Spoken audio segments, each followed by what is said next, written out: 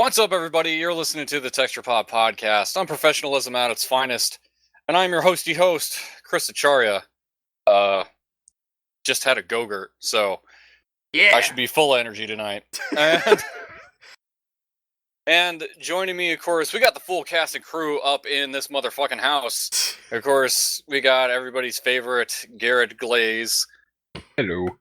I want Garrett Glaze on my donuts. That sounds like I want some glaze. Yeah, like not in a perverted way, but like just everybody's I didn't thinking even clear that until you said it, prick. Yeah, now I'm gonna be totally gay in the comment sections. That's great. Anyway, Totally gay. The episode of this, the name of this episode. Nope, we already decided the name before the podcast even started. Oh yeah, right. we did. Getting Gabe Newell's ballsack. No, we have a better one. That is a good one though. That's Don't worry, it'll come up. just so I could make that image. But also Sam Callahan back from business. Yeah, I was wearing a suit for 5 or 6 fucking days selling furniture. Jesus. Yeah, it was great. So I'm finally done with that. A suit for 5 days in a row. Yeah, Like, Well, I'm how sure do he you took it how do off. you sleep with the suit on? very carefully. So he sleeps like the dude from Deadly Premonition. Like he just like rocks that suit all the time, and then doesn't have to take it off until like the flies are And then around. I want to see Sam selling furniture while talking to Zach in the back of his head. What do you think, Zach? These then, guys of course- would be great for this couch. What do you think, Zach? No, man, I was selling accents and curios and lamps. And of course, the guy who likes to be around us but hates me at the same time, Brandon Carey. Boiling it's- hatred. I don't hate you. I just have a strong dislike. You know, because you have no problem telling us to go fuck ourselves like every week. Me especially. No, I say fuck you out of love. It's a love I fuck. see. I That am got I am, gross. as Sam might say, a tsundere. I'm not getting into that conversation again. So I'm not gonna But- touch that. Here's a conversation we should get into, because we got a viewer question from our good friend Brandon Adonis Perkins. And remember, folks, you want to ask us something, feel free to email us at thetexturepop@gmail.com. And he writes, "Hey guys, hope the weather is a bit more sensible where you all guys are." It kind of hasn't No. been for me. No, it's yeesh. It Because was here it seems to 70 be- 2 days ago. Now it's like 40. There were flurries Wednesday night. It's Like been really 50. nice here. It's been a little rainy, but other than that, it's been really good. Because here it seems to be defying all sense of logic anyway. On to the questions. Firstly, with the recent releases of both the second teaser for Episode 7 and the first trailer for Star Wars Battlefront, I was wondering, what would be your ideal Star Wars game? Would you prefer something more story-driven and RPG-like, like KOTOR? Something for action, something more action-oriented, like the old SNES games, or sadly discarded 1313? Or would you prefer something like in the FPS mode, like the Battlefront games? I personally would like to see something that would have the depth and immersion of KOTOR, allowing things like character creation and customization, as well as something more action-oriented, like 1313. And since we're going to get on this topic anyway as a follow-up, just have to ask, thoughts on new Episode 7 teaser? So, Battlefront, or so first of No. all, let's start with Episode 7, because I feel like we won't talk as much about that as Battlefront, or... Well, I mean, Sam and I don't really care about Star Wars at all. Couldn't So, give less of a shit. so that kind of like narrows down the conversation a little bit. I don't know. I haven't seen it. I saw like part of the first trailer. I was like, yeah, it looks like Star Wars. We're home, Chewie. For me personally, to me, honestly, the most amazing thing about it is the fact that you even got Harrison Ford to come back for this. Like, I'm not surprised they could give what's her face that played Princess Leia. I keep forgetting the name, as well as Harrison Mark Ford Hamill. as Princess Leia. Harrison Ford is getting old, man. Well, Yeah, I he mean, is. can you blame him? Well, For getting No. old? Maybe. they got the guy who was Chewie. You're They fucking got- shitting me. Yeah, it's the guy. It's the original Chewbacca guy. Wow. wonder how and old he looks under is all that old, makeup. and He is old, broken, and possibly dying. Like he does not. He doesn't look good at all. Like they had an interview and he was like leaning up on people. God. He couldn't stand up. He's like, oh god. That's Why fucked would up. you bother getting the same person for Chewie? Because Yeah, fan like- service. Fans, damn. like Yeah, they keep looking at that and see like that. There's a different guy wearing that suit. I can tell. he doesn't like make the noise or nothing. It's just Just Yeah. stands there. It's like I respect. God. I'm glad that guy's getting work, but it's like if it's that bad, maybe he should just lie down for Maybe a he bit should- and take yeah. it off. Maybe you should retire. No, to me, I think it's amazing. I mean, like, it doesn't surprise that Mark Hamill came back or anything, because as much as Mark Hamill has probably tried to distance himself from Star Wars, nowadays he's been kind of cool with it and doesn't really seem to mind. Harrison Ford, on the other hand, like, if there's anybody who he's pretty much set to where he probably doesn't need to do another movie ever again, but like he kind of does. I'm sure he doesn't even care, but if there's anybody that's going to write Harrison Ford a fat enough check to say, like, come on, will you do this? We got millions of dollars if you want. And it's like, oh, okay. If anyone For can do that, Walt millions of Disney can. dollars. If anyone Yeah. can do that, Walt Disney can. Yeah, absolutely. He'll ride it from his grave. I mean, I don't give a shit about J.J. Abrams directing it. I mean, I I'm think just he'll be- glad it's someone else. Like, I just think- anybody but Lucas. Well, Just give it's it to the someone same new. guy who did Yeah. the Star Trek movies. yeah, but I it's- kind of don't. And those were good. Yeah. And those were great. I mean, and he also did he directed Super 8. He's directed he didn't direct. He produced Cloverfield, but he's directed a lot of really really good stuff. I think he's gonna do really well with this movie. And I wasn't too excited about the trailer. I wasn't sure what everyone was so excited about. They're like, "Oh my god, Harrison Ford's back!" I was like, "Yeah, that's cool." But I mean, if like people were freaking out. My friend made it like his Facebook banner. He was like so stoked. He's like, "Oh my god, I like Orgasm." But I saw that, I was like, "Okay." I mean, for me, it's like, it's great that they got those dudes to come back. That's fine. But the thing that really brings out my inner child seeing those trailers is that it hits the right bells and whistles of, here's the Millennium Falcon. Here's those great sound effects for the laser shots. Here's the X-Wings. Here's proper looking stormtroopers. That's all it had to do. It's like, yes. And really, if I expect this movie to do anything, it's just don't bring up the prequels. Just don't. don't have What do you Yeah. think of those assholes online who were looking at the Millennium Falcon and being like, "This is on the wrong side"? Oh, they can go fuck off. That's you're always gonna have those dipshits. I was like, oh, this looks too new. That's not like, shut up. Just I want it to look like shit, like the originals. yeah. There were problems I had with the Blu-ray re-release, but one of the problems that everyone seemed to have that I was like, that's an improvement, was the little Ewoks. They're like, they blink now. I'm like, good. They don't just Yeah, stare it's- They have stare that unblinking. dead eye expression looking at Yeah, me. Yeah. Yeah, Garrett, I want the dead eye expression. I want them to be. stare. I want to be unsure if my screen froze for a second. I want them to stare unblinkingly into my soul and know all of my evil tendencies. I want them to know that. That's what the Ewoks I'd like do. to It's part believe of their that. It's like, ability. None no, of I- you are safe. Like, I want them to blink. It's like, Yeah. oh no, and it was a little thing. It's like they added like little CGI islands that would close, and it didn't look weird. It was like they'd blink really Yeah. quick, and it was like a very It's- quick little thing. Like I barely noticed it. I was like, oh, and people Yeah. had a None problem of with you that. are safe. It's just, you have some fucking idiots that are purists and they're always going to bitch. You're never going to make those people happy. To me, if you want to make me happy with episode 7, all it is like, don't use the word midichlorians, don't go to Naboo, and don't bring up Jar Jar, and we will be fine. And We're gonna get a new Jar Jar. Jojo. oh god. Like, Jojo Brinks. When I was a kid, I hated Jar Jar Binks, but I liked the design of him. I thought didn't give a shit for designed either. well. Yeah, I thought he was designed well. I was like, he's a cool looking character, but I hate him. I don't know. I think that's all we got to say. Anyone on else the have anything movie. to say about the movie? Or should we move on to the game? Yeah, so Movie, new hope it's Battlefield. good. People are gonna be pissed even if it's good. I am mean- going to say something controversial about like what I think the ideal like Star Wars game would be. Like I Oh, think yeah. it would be really cool if you made a game where you can't play as a Jedi. That'll never happen.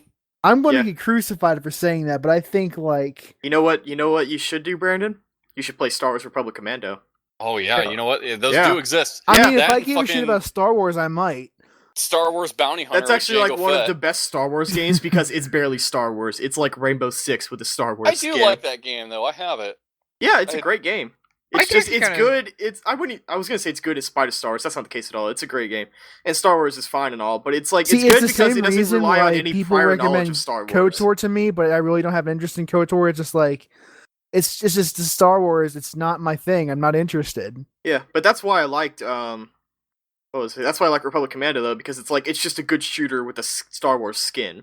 Like Star Yeah. Wars is Yeah. inconsequential to the quality of that game. Like, and I do want to at least try to give Star Wars a fair chance one of these days, but that's not going to be anytime soon, probably. Like Sam, like so if you could get like your ideal Star Wars game, like what would you want it to be? Like I don't know. Like I really liked the idea of Republic Commando, but me being me, I probably would like.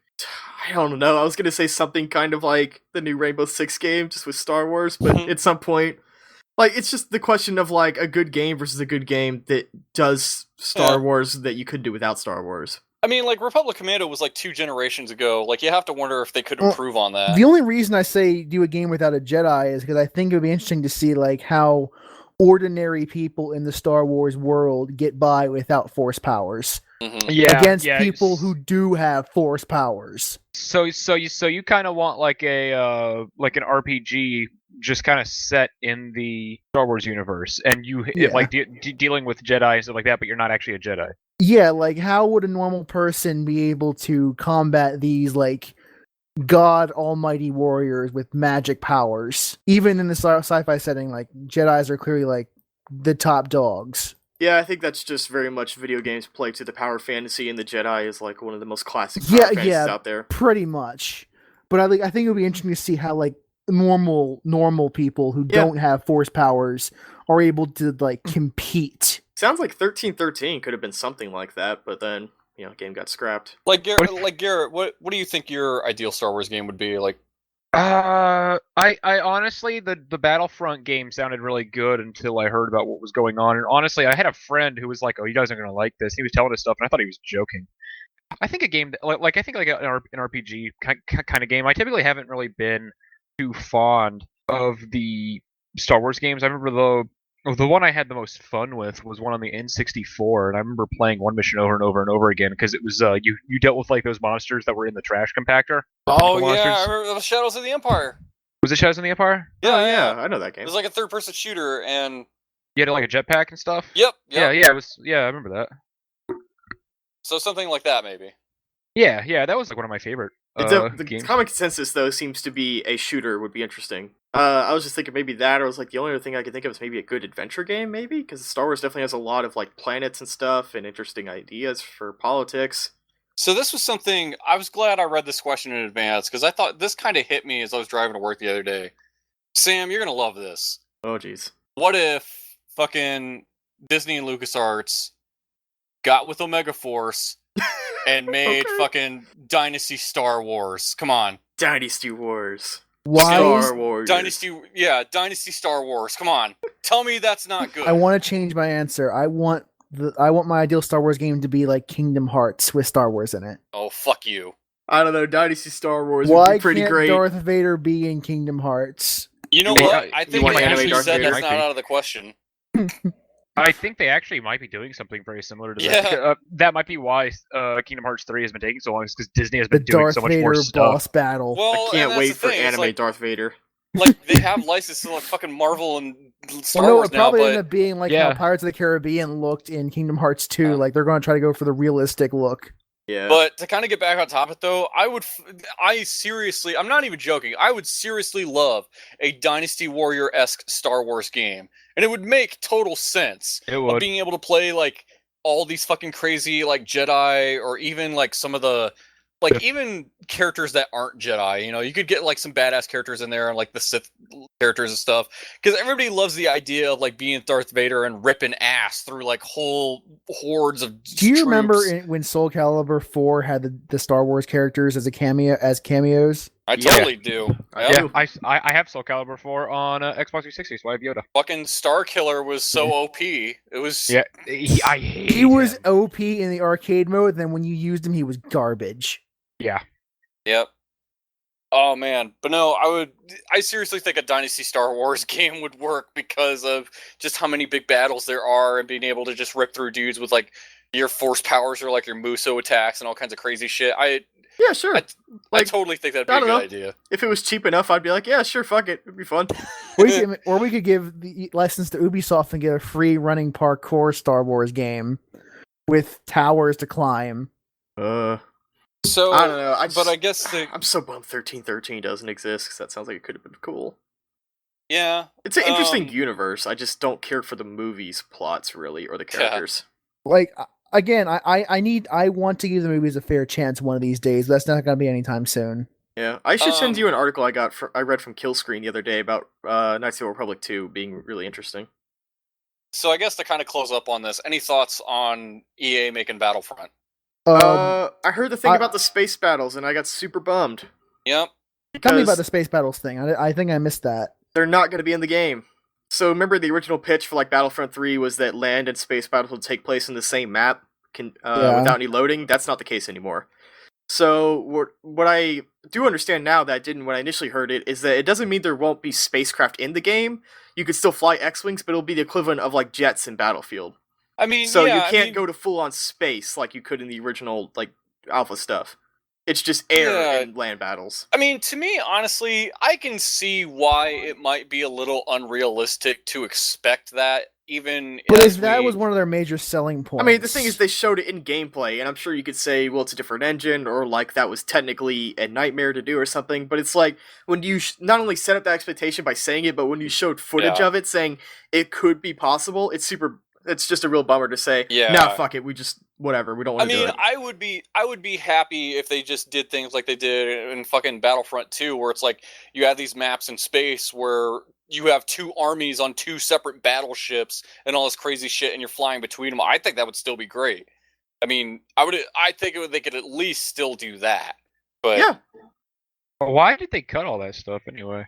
I would imagine Probably technical reasons. Yeah, just because I'm sure since it's a Battlefield-style game, there's going to be 64 players, and at some point they're probably like, this would be a nightmare to try to program. Yeah, and I mean, this is also supposed to be on like Xbone and PS4.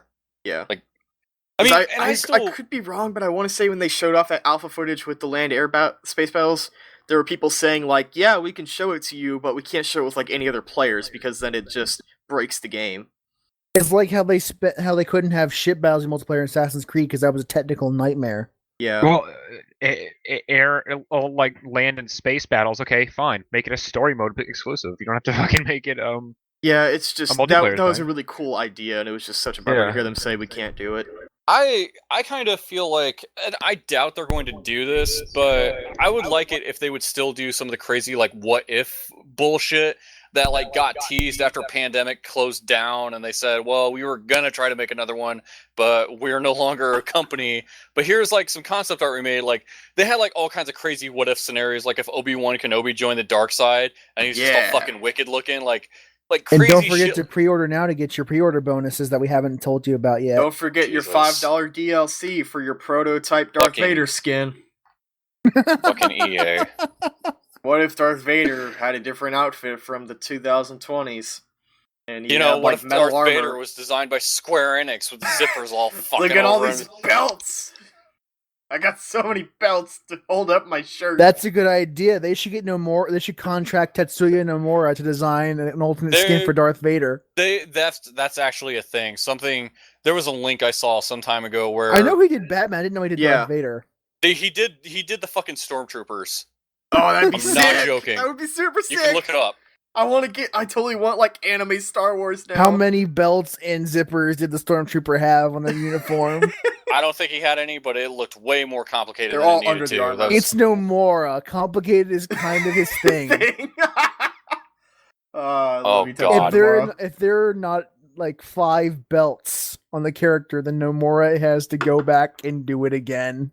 I think it's safe to say, though, because considering the fact that Battlefront trailer, there's no fucking gameplay, and we don't even know what it's going to look like yet. It's supposed to be out like this holiday, obviously, because that's when the movie comes out. And I do worry that it's going to be like fucking Battlefield 3 and 4 all over again, where it's just a buggy fucking mess. Maybe the console versions work right, but I just don't know if they can afford to do that again. Like, don't you think that EA or like DICE would just collapse if that happened Remember when again? you used to be angry about Activision, and now in these days, Activision's like the least evil of the big three? I think Activision's still a fucking nightmare. Oh yeah, It's just absolutely. less I mean, so. in comparison to EA and Ubisoft. To be fair though, Activision's putting less stuff out. Like EA's just been on a roll lately with releases, Yeah. which it's Yeah, not like it's it's just- not like their stuff's any worse. It's just they have less stuff in general. And I'm sure DICE doesn't want to put out another botched multiplayer, but the thing is, when you're under whatever scrutiny and deadlines that you have to make, and you're trying to make this on multiple platforms, that is an incredibly high wall that is difficult to climb over. And it's EA. Yeah. So, I don't know. I mean, we have to wait and see. I can't wait to see how the microtransactions in that game work. I would love... God. I would love to be proven wrong that it's not going to be shitty, that it's actually something to be worth excited for. Because I remember... I don't know. I don't know if any of you guys have ever played the previous Battlefront games, but I did, and I fucking loved them. Yeah, I And- played a little bit of 1 and a lot of 2, and got really into them. I even played that PSP game, like the PSP version they made I of heard it. that was great. Yeah, it was pretty fucking dope. It had a pretty cool creative class thing. Oh yeah, there was a kind of a nifty like single player component to it, but I Should think probably we can move on at some point. So I guess after that, we can get into some news, and I know we've got something that's been burning our have- asses before we started. We have a story today, a single story, but it's a big one. Oh yeah. Sam, do you want to take it from here? Wait, which news we're talking about? The news that we were discussing earlier? Yes, Yes. of course. Okay, so what was it? I guess at the time of this recording, I guess it was yesterday it happened? Or was it 2 days ago now? I lost At track. the time of this recording. So basically Steam updated Skyrim's workshop to allow for paid mods on there, which basically just means that when the creator uploads a mod, or they can modify it now to set any price point they want for the mods they have. Yeah. And then the internet caught fire because like never in the history of mods that I've ever seen has there been like you have to pay for this mod. Like that is just basically unheard We are of. basically in the modders equivalent of a post-apocalypse. Yeah. So it is basically just caused an entire nightmare where like the first day it was already flooded with all kinds of stuff that broke Steam's like terms of agreement as far as like porn, and there were things like, you know, $100 objects that you could buy that were just stuff you could make in the game. And or like a golden potato that cost like $5. Or there was another one that was like $3 for getting an extra apple in one particular bowl in one particular store in the God. game. Or another one, which is one of my favorites, $50 for the right to buy things in game via microtransactions. Oh my. $100 for Gabe Newell's high quality ball sack. It just became a fucking nightmare. And of course we kind of expected that to a certain degree, like, you know, all kinds of I stuff don't like know that. if But Valve did. well, yeah.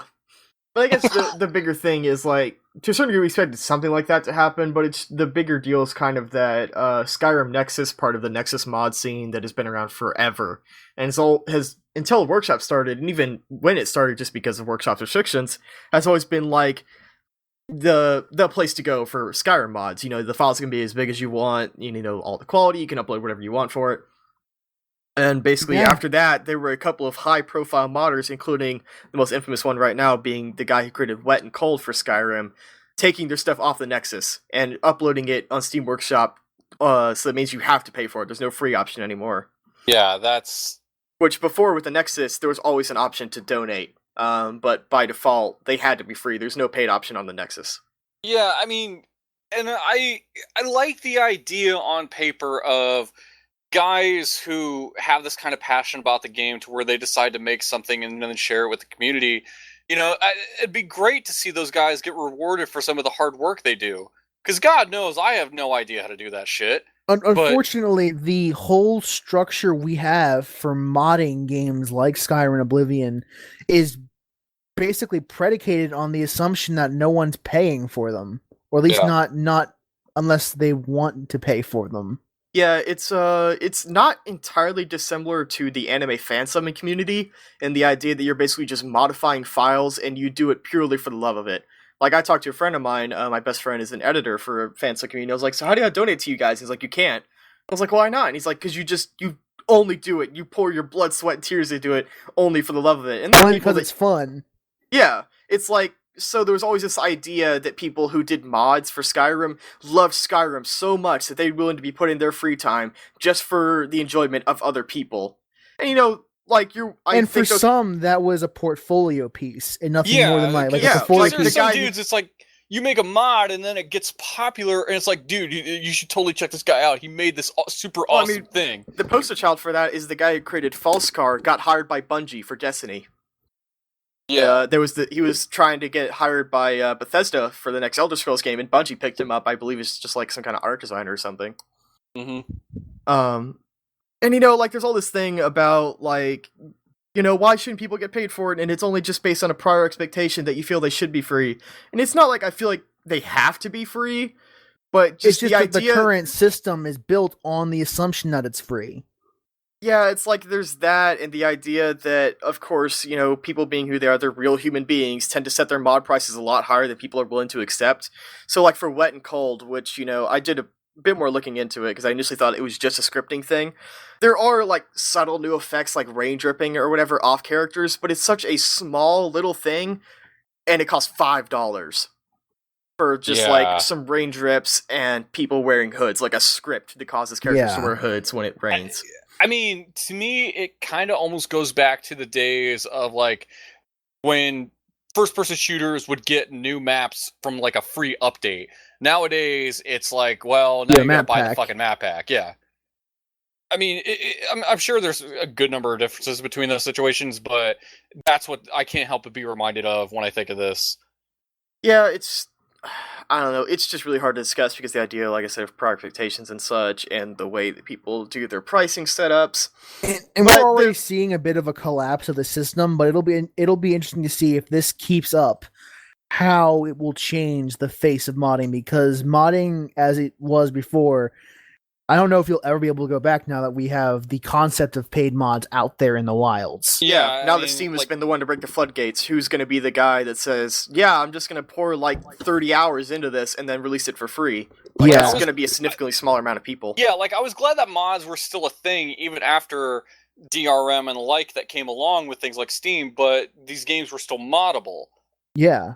But now that you have something like this, I mean, and Garrett, I know you're really big into Skyrim, although I don't know how much you like fool around with mods and the like what your experience is with it. I downloaded a bunch of free mods. I downloaded like I think 25, and that was about it. And I was like, oh, this is kind of cool. And then also about the rain one, having done programming and stuff like that, I wouldn't say $5, but I would say $3. Like that's kind of a it doesn't change the game very much, but that is a lot of work to go into to program that. But, yes, but there's also expectations based on like, $5 is a lot of money that can usually get you like a game in this with the rise of indie games. And the idea of paying $5 for what is essentially a script, and for me, I could probably do that, but I, like you, I'm pretty savvy to programming and design and all that. Yeah. What does the average person think about that? The average Skyrim player going, holy shit, $5 for a script? Like they don't think about the work that goes into it. They think about what is the end result. What do I get out of it? Yeah. So if you're wanting $5, the actual game is, I think it was on sale for like $3 at the time that the paid mods were released. Yeah. So it's free at the moment, and I can check the price at this very moment. So it's $5. It is silly. It's almost like you were literally paying like twice the entire game's price for one mod at this current point in time. I guess just to get like the big things out of the way, because I mentioned these before the podcast, but what worries me more is the idea that while the amount of mods might go up, I worry about the quality of them now that there is an idea of getting it out to make money. The idea of like, it's similar to people who do YouTube for a living, where it's like, if you don't get paid for it, you take all the time you need because it doesn't really matter, unless you're trying to appease fans. But in the modders I would assume feel the same way. But now that there's a payment thing, if people start relying on this for income, like necessary income, then they might start shoving mods out the door, early access style, and be like, I don't know, version 1.0 will come out next month. Oh, yeah. And I also worry that the interest in mods is going to plummet because, again, it used to be you bought Skyrim, and then people would be like, you buy Skyrim so that you can get all this stuff for free, and it's like the coolest, most playable game ever. Yeah, but now the idea that you buy Skyrim for like, say it's not on sale, you buy it for $20. Yeah. And the idea that you might be paying another $50 for all the mods that you might want, and that Yeah. because Not to mention- everybody is going to nickel and dime you. But There's let's sets of say that- armor for like $1 a piece, or weapons for like 50 cents a piece. That doesn't sound like a lot, but it adds up. Yeah, it's like Yep. compounding. Like for like you said, one sword might like cost 50 cents. If I get like 100 different pieces of equipment, that's like $50 I'm spending. I mean, me personally, while I prefer to play something like Skyrim Vanilla, I will admit, I just hope this does not stop me from having every dragon with Macho Man Randy Savage's head on Well, it. even So- then, there's always those like little mods that you want. Like that's still a very vanilla. If it's still a very vanilla experience, but you get that like one piece, that one mod that really flavors it in the way that you want it flavored. Yeah, like speaking of like really small nickeling diming, I have not checked this, so this is not me saying this is me just giving a hypothetical. There was a really popular mod. It was like one of the top ones on Nexus, probably still is if it's not down, called Auto Unequip Arrows, which basically just means when you put away your bow, your arrow quiver comes unequipped for cosmetic reasons. And like if that charges like 50 cents now, and like little script things like that, kind of like Wet and Cold, just like scripts start costing money, that's gonna drive people insane. There's also another popular mod called Frostfall, which adds like hypothermia and the need to wear warm clothes out in the winter. Yeah. So I And I wonder bet- how that will work now. Because if it's again, being charged it goes back to my for. earlier idea of like, I understand that programming is probably as much work as designing something, like designing characters or whatever. It can be, especially Um, when in the realm of games, Yeah. especially. But to the average consumer, they'll see that is much less work than designing. They'll always see programming as something that seems easier, or rather, maybe not something that seems easier, but something that Something that they is don't not underst- is tangible. Like, you can look at a new set of armor and be like, look at how cool this armor is, but paying the same amount of money for like, something like Wet and Cold where people put on hoods, you're like, that's cool and all, but it's not something new and exciting and Like, flashy. I'm a computer science major, and I just had this moment where I tried to explain to my dad what I do in my like schooling, and he was like, "So what do you do, son?" Like, I make like programs. Oh, so you design the computer? Like, no, Dad, I make the programs that the Yeah. computer runs on. Like, like when you get a disc and you put it in, and so you sell discs, son? No, Dad, I don't sell discs. Yeah. I sell the programs that are on the disc. Without me, it would be just like a 50-cent disc. Yeah, I'm really worried about it. It could turn out really well, but there's probably gonna at some point be a huge divide between modders who refuse to charge money for their stuff based on the idea that it's like art and it's a craft, versus those who say I either want or I need the money for This it. is probably the beginning of the end for the modding community as we know it. Yeah, I mean, I don't think it's going to be as apocalyptic as that. Although I am. Well, he specifies as we know it, because I was gonna say the same. The Yeah. idea that it will never The- it will never again be this sacred garden of beautiful free things everywhere as far as the eye can see. It'll always be there's the free shit, there's the paid shit, the bad and the good is kind of intermixed The between the two. concept of paid mods is now out there, and Like, how much money- you can't take that back once it's out there. It's like, how much money do I have? It's we're like, in how the much realm of money do I have to ideas pay? now. Yeah, You you open the can't ju- floodgates. You can't just destroy an idea. An idea will Yep. always be there once it's released. How much money do I have to pay now to give my Argonian humongous tits? Yeah, I'm waiting Or for that your- one to happen. Or your nudie mod. $15 yeah. for nudie mod, remember. Just this idea that like Skyrim is no longer this beautiful, and that sounds like I'm an asshole for saying that, even though I have It donated sounds money for pretentious. even though I've donated money for mods before, like ENBs and such, which are basically just like lighting tweaks because I think they're awesome, Yeah.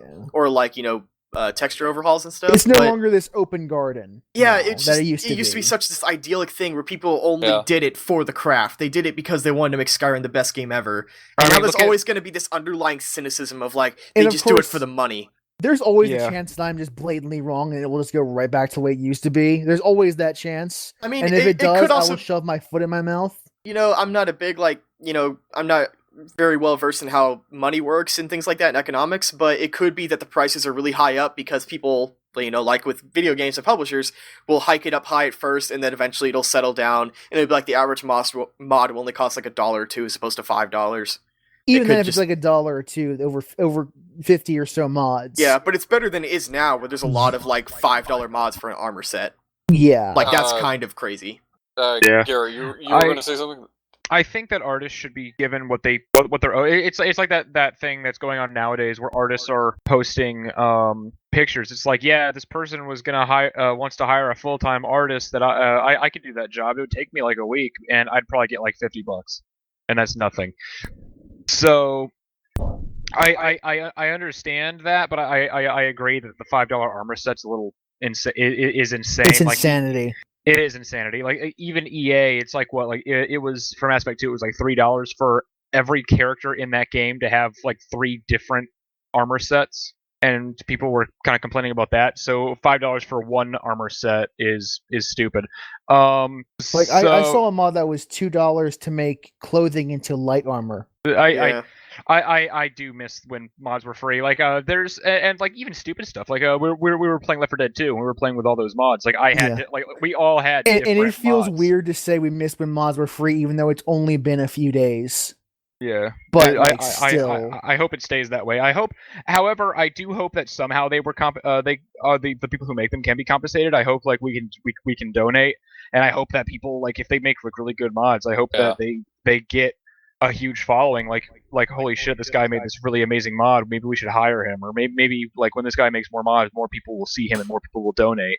So I do want some way for them to be compensated, but I don't want it to be like forced. The system doesn't work. Well, the system as we've designed it now doesn't work. Upon looking at shouldn't work. Upon looking at a particular mod, I guess there's 2 quick things I wanted to add. One is that, again, we talked about this before the cast, that I believe the better idea would have been to have a donate button on every mod, which is how the Nexus has done it for years now, that everything is free by default, you can always donate. The second that I just noticed is that they have a pay-what-you-want system, apparently, which is very similar to Bandcamp for music, where you can basically pay the amount of money you want for a mod. Bundle. Yes. The only problem that, just going through this and looking at the prices and all that, is that unlike Humble Bundle or Bandcamp, pay what you want doesn't mean you can get it for free. It has a minimum price.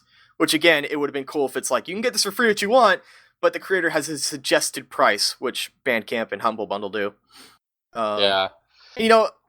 Like, I believe people should get paid. It's just from a very cynical consumer perspective like me, where it's like, I don't want to play Skyrim anymore if I'm going to end up having to pay money to get all my mods back that I used to play with.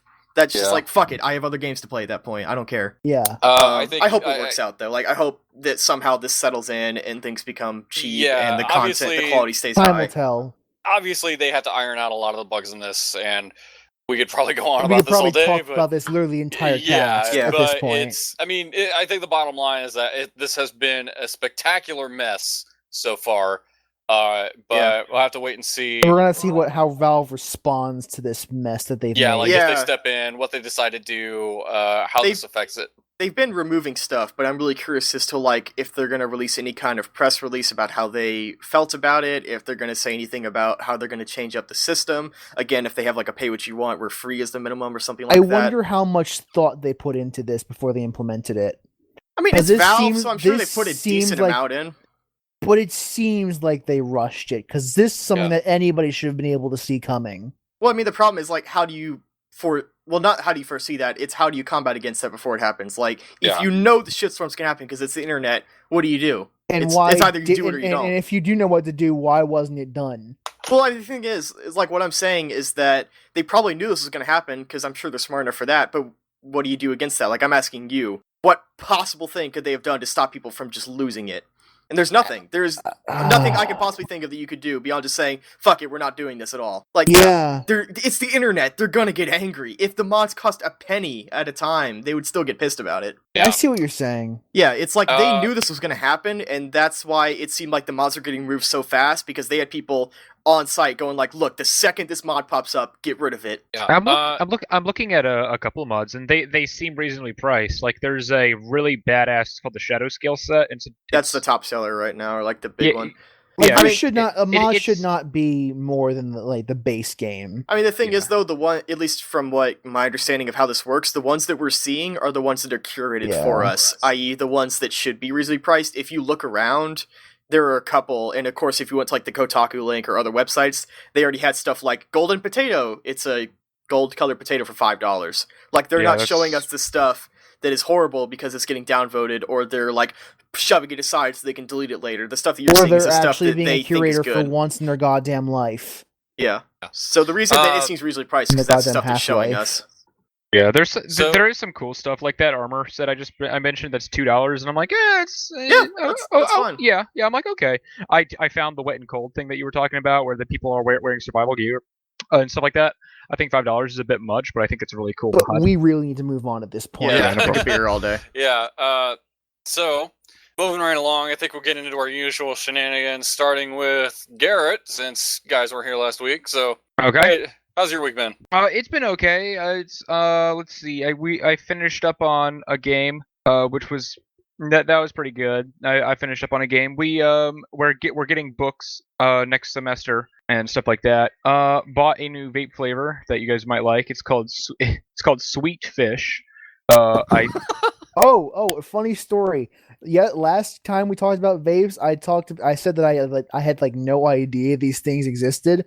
Apparently, I just wasn't looking hard enough because Yeah. on my drive to school, I noticed a sign in one of the mini malls on my way to school literally said vape shop. Nice. it's yeah. And they were are selling everywhere. vapes at my local 7-Eleven. They're everywhere. Yeah. So Yep. apparently I just wasn't looking at all for them. They're Yeah. everywhere. I just didn't have any idea. Yeah, they're pretty huge. But I bought it. It's called Sweet Fish. Now it's not like a seafood flavor. That'd be disgusting. It is. They couldn't get away with Swedish fish. The Yeah. label actually. I- The label actually says sweet-ish fish, like kind of sweet fish. Like kind of sweet fish. Essentially, though, it's labeled as sweet fish on the Ecto website, and basically it tastes like worms. It's pretty good. Yeah, that's about what I equate Swedish fish to tasting like. So Swedish fish is good. it's like, what does this candy need? Nicotine. Yeah, need my heart to beat faster. Right now, my brother is playing Gears of War, but when he's done, I'm gonna go back to downloading. Xbox Live Gold is doing a downloads thing, Chris showed it to me, and I'm downloading both Assassin's Creed 4 Black Flag and New Cartel, The Devil's Cartel, the Devil's Cartel. latest in Army of Two games, which It's Oh, I wonder God, where the why? Army of Two is still being made. well, They stopped after Cartel because it was so bad. yeah, I think it's But- more because it didn't sell anything at that point. Yeah. I forgot how old Xbox Live games for gold games tend to be. yeah. Also, like, they're not even good. Like, the idea that PS Plus gives you, like, these new, super high-quality games, and Xbox Live Gold says, here's a Like- fucking Worms game, and here's the PS worst Army of Plus- Two game. PS Plus Yeah. just gives you for this month fucking Dishonored. I mean, That's freaking. awesome.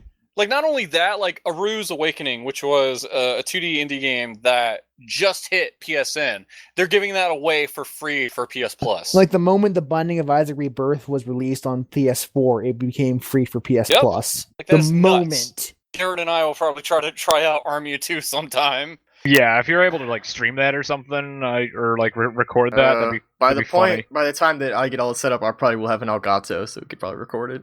Oh yeah, we could totally join in on that madness. Oh, God help Um, me. So I'm downloading Black Flag and Devil's Unity? Cartel. Devil's Cartel. Black Black Flag Flag is so is, like, good. Might be the best Assassin's Creed. It's It's- very I- debatable. Well, the I've- reason it's yeah. the best Assassin's Creed is because it doesn't do any of the things that that like typical Assassin's Creed games does. It's like there are like two different games in Black Flag. There is the typical Assassin's Creed game, which you go through in the campaign, and then there's this pirate game that most people are what they think of when they think of Assassin's Creed Black Flag. In that sense, it may be like a great game, but a bad Assassin's Creed game, It, which it is may what be the worst Assassin's Creed game and simultaneously the best Assassin's Creed Yeah. game. I think we had that discussion when Unity came out, though, how we said Unity might be one of the best ones out there as far as adhering to the structure that the Yeah. franchise set out with. Anyway, though, And yeah. we discussed that at some other point. There was I'm actually a little nervous. This is the first time I'm getting a game on my Xbox 360 since Halo 4. Oh, You're afraid it's man. gonna like explode or Good something? God. My Xbox is like, oh my god, yes. And But we heck, both have that too. Yeah, I have It's- Halo yeah. 4 as well. Which is sad. Never finished it. I bought a Neither really have good I bought a really good PC, which I'm gonna talk about something bad about that. But I bought a really nice PC, an MSI GE70, and I've moved over to PC gaming, which you guys and a lot of my friends that I've made here in North Carolina, and a handful of my friends from New York, are happy about. They're like, "Oh, cool, PC gaming." Another handful of my New York friends are pissed about that because they're like, "Why don't we play games anymore? I love my console." And so I'm like, you're "How?" missing out. Yeah, I'm like, how the hell do I still hang out with that small handful of friends in New York on my Xbox at the same time, still do stuff on PC? Like, one of my friends was like, "You have to get Grand Theft Auto 5." I was just like, do "Oh." both. He's I like, "Oh my mean- god, I can't wait for you to get Grand Theft Auto 5." I was like, "Yeah, I can't either. I think it's coming out in like April." He's like, "Been out for a year." I'm like, "No, I'm buying it on PC." He's like, "Why?" Yeah, I know. Like, what happened is that, like, the Christmas that I built my PC, I basically never went on my 360 again. And when I finally got my Xbox One, I just deleted all my friends because I was like, I don't even remember who these people are. It's been so long. Yeah, That whole friend group just got fucking wiped for me because I had If I no ever other get a- reason to talk to them. Yeah. If I ever get an I- X-Bone, we're still playing Destiny though. Yeah. I feel really bad. So I'm like, do I buy Grand Theft Auto 5 twice? Like, Yeah, but- I almost got it on PS4 to play with it a single friend of mine, and then I realized that I bought a different game to play it with him, and we never did. So I said, "Fuck it, I'm buying it on PC," because I have a group of 4 friends I'm gonna play it with. But yeah. I bought a movie called Summer Wars. Yes. Now, It's okay, a good film. it is a good film. Yeah, it's an anime.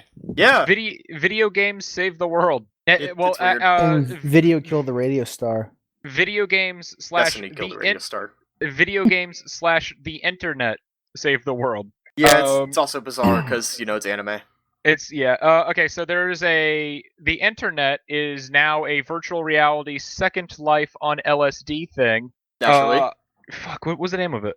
Fuck if I know, man. It's been like 4 years since I've seen that film. Oz. It's called Oz, The Wonderful World of Oz. Sure. Of Anime. course, Oz. we'll go with that metaphor. It's Anime. called it's called Oz, and it's like Second Life, but weird as shit, which is funny because I play Second Life and I know how weird that game is. You can be a car in Second Life. If you ever wanted to fuck someone as a car, Second Life. I had a friend. I was like, "Hey, this is your first time in Second Life, right?" I was like, "Yeah." Or he was like, "Yeah, this is my first time in Second Life." I was like, "Awesome! I'm taking you to the first furry bar I can." And immediately he's just dicks. I think actually like just dicks everywhere. But anyway, Didn't we So- talk about this really before? funny. I want to say we mentioned that exact Yeah. thing like a week. Must have been 2 I- weeks ago. yeah, I think we did. It's just been a while. Yeah. But anyway, so yeah, Summer Wars. It's a good movie. I recommend watching it. This virus takes over, and this whiz kid and this guy who's really popular on the internet, and I'm like the girl's whole this people's whole family essentially go in to try and stop this virus. It's really good. It's a good movie, especially if you like anime. It's made by the same guy who did Wolf Children, and that's one of my favorite animes of all time. It's really good. Miyazaki? No. No, that wasn't Miyazaki. That was I don't remember. Wolf Children is by. Let me look at my box. Mamoru Hosoda. Hosoda. Hmm. Hosoda. yeah. I have it in my hand. I'm putting it back in my DVD section. There we go. Okay. Speaking of computer viruses, and my MSI, I have Sam. You might know what I have here. Oh god. It isn't just a virus. It isn't even a Trojan. Well, it's kind of a Trojan or malware. It is a hack tool known as KM Simulator. Maybe? It's a hack tool that I cannot get off my computer unless I reformat or take it to Best Buy to get fixed, and that's $200. So I'm gonna reformat my computer tomorrow. Jesus. So when you do It that, is- now that Windows 8 hasn't worked for you and Windows 7 hasn't worked for you, the only solution is to get Linux and then run Arch Linux and install everything yourself. Are you sure we can't just use Windows XP? Just keep going further back. But- Because fuck Vista. Yeah, Vista Oh sucks, right, I but, forgot about Vista. But no, this is the first time I've had a virus in about 2 years. Yeah, I mean, I got one yeah, like the other day, and I just reformatted my computer in like half an hour. I just said, Yeah, "Fuck it, I don't care." I don't know. Yeah, I don't know how I got it, but it is a hack tool. It's called a hacktool.sys32. Now, Oh, so you should definitely format System32 then. Yeah. Just yeah, format oh, go on 4chan. They'll say format your C drive, and then there you go. Don't forget to download more RAM while you're at it. Oh yeah, god. yeah. All of my friends are like, You can "Oh, always yeah, download more RAM. all my friends are like, "Huh, you got a System 32 bug." I'm like, shut up. But Welcome yeah, to the internet. yeah, I'm not gonna delete my System 32. But I have my Windows 7 disk with the key, and I've got all of my important like pictures and videos and all that one like all that cool stuff. I have that saved. I have screenshots of my web history saved on my USB, so I will like be able to open that up and go to the sites and have that back in my history because I'm very thorough. But like I have after YouTube screwed up their watch history thing. Yeah. Now I like if there's a video I really liked, I'll just have it in my history so I can always go back and watch it again, and stuff like that. You may But, want to back up any like important files on your computer right now, like or put them on. I don't know what important files I really have. This is just a gaming PC. Oh, I have, never mind then. Fuck it. Yeah, this is Nothing important. Yeah, all of the stuff I do for classes is backed up in Word files on my USB, and all of the for the most part, all of my games are that are on Steam and Origin. All of those the save data is through the cloud. Now the Steam ones Cloud. now I looked up the ones that aren't, and I have all of the stuff. I have all of my save data saved on the USB in a folder, so that won't go away when I format. But yeah, so tomorrow I'm gonna take the time and format my computer, and then re-download all the drivers and all that, and then hopefully relax and watch some Daredevil over some nice gummy worm vape. I've with, heard the Lowering is good Kindle. at that. That game is Oh, yeah, Netflix too. fantastic. Yeah, I like every time I watch a new episode, I have to tweet something about it because it's so good. Oh yeah, I've heard it. Yeah. I've heard it's super dope. It's really good. Hey, have you ever seen Old Boy? Yes. No. Well, If you- parts of it. It's on my Not list the- of things to watch. Not that new piece of shit one by Spike Lee. No. That, No. But No. the old original one. In the old original one, Old Boy, there is a hallway scene. Yeah, I was just where- gonna say that's the one thing Yeah. about it. I've seen that scene. That's like the one thing I've seen. Yeah, It's fucking brutal. There's a lot more. There's a lot more about that movie. It gets worse. It gets way more brutal. But Right. yeah, I'm not kidding. It's there's some shit in that movie. A dude gets stabbed in the neck with a broken CD, Awesome. and I mean he gets stabbed like And that 18 movie's times. Korean, correct? Yeah. Yes, I think yes. Sorry, that or Hong Kong. I don't remember. It is such a good movie. But anyway, that hallway scene, something very similar to that happens in I think episode 3. It's where he goes into like an apartment and there's these people like they have a kidnapped child in a holding cell, and he goes in there and it's straight up like just one single track shot. I was gonna say, is it like the shot is what they mimic? Because that's a really good Yeah. shot. It's not a side shot. Oh, It Like behind the it's, back.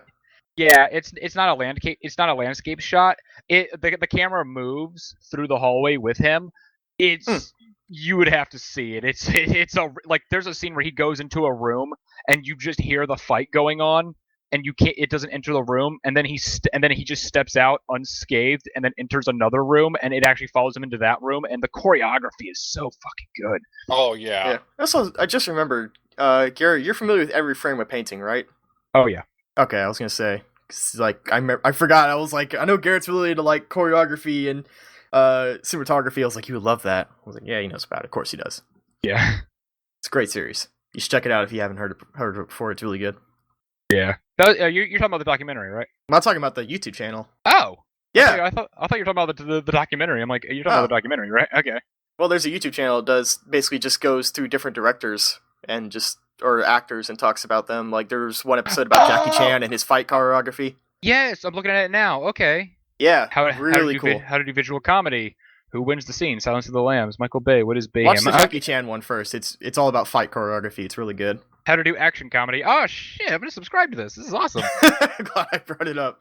Yeah, thank you. I It's thought a you were really awesome. cool channel for people who like film. I was about to say for art class we had to watch every we had to watch a documentary called Every Frame of Pain. Yeah, I think that's what that title is cribbed from.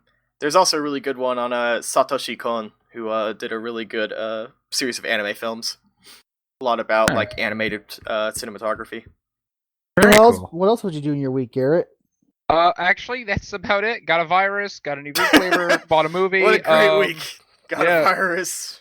watch some movies. I hope you can get that taken care of. That's Yeah, found a cavity Yeah. on my left molar that I can't tell anybody about because we don't have money to pay for it right now. So, Well, just rip the tooth out, shove it in your computer. Well, That'll be your new relax. OS. You know that no one actually watches this podcast, so you're safe. You're Oh, safe with stop. us. I was just thinking, I was like, at some point we can't use that joke. If we ever get popular, we're Yeah, gonna have to we- retire that joke. we No, got we- it last we week, can- man. We could We have to never use- retire that joke. I will never. Even if we get and- like millions of views, we're just still gonna Yes. joke that no one watches this. Except that time I'll do it ironically instead of sincerely.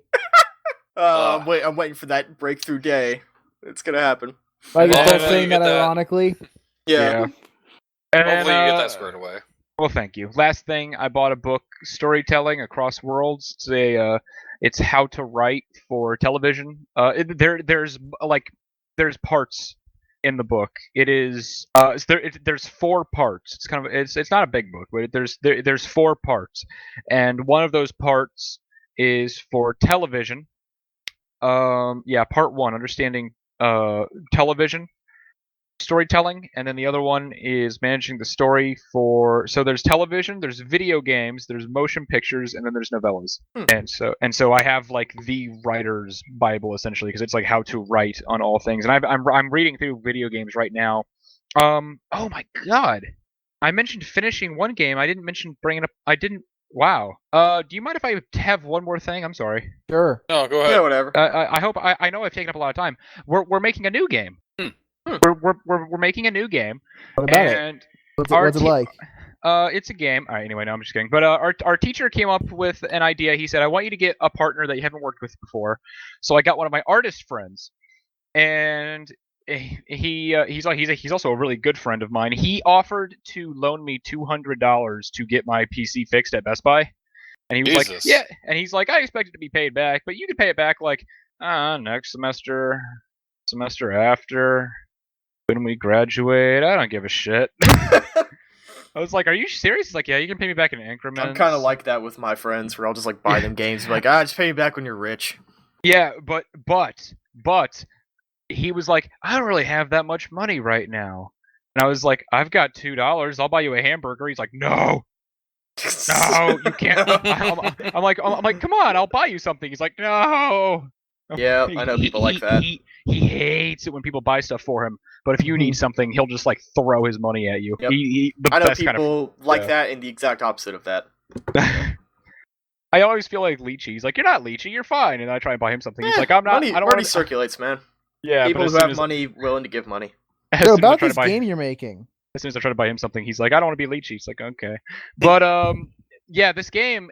We have to. I don't have a name for it yet, but our teacher said, "Okay, find a partner." So I picked him, and he said, "Okay, cool.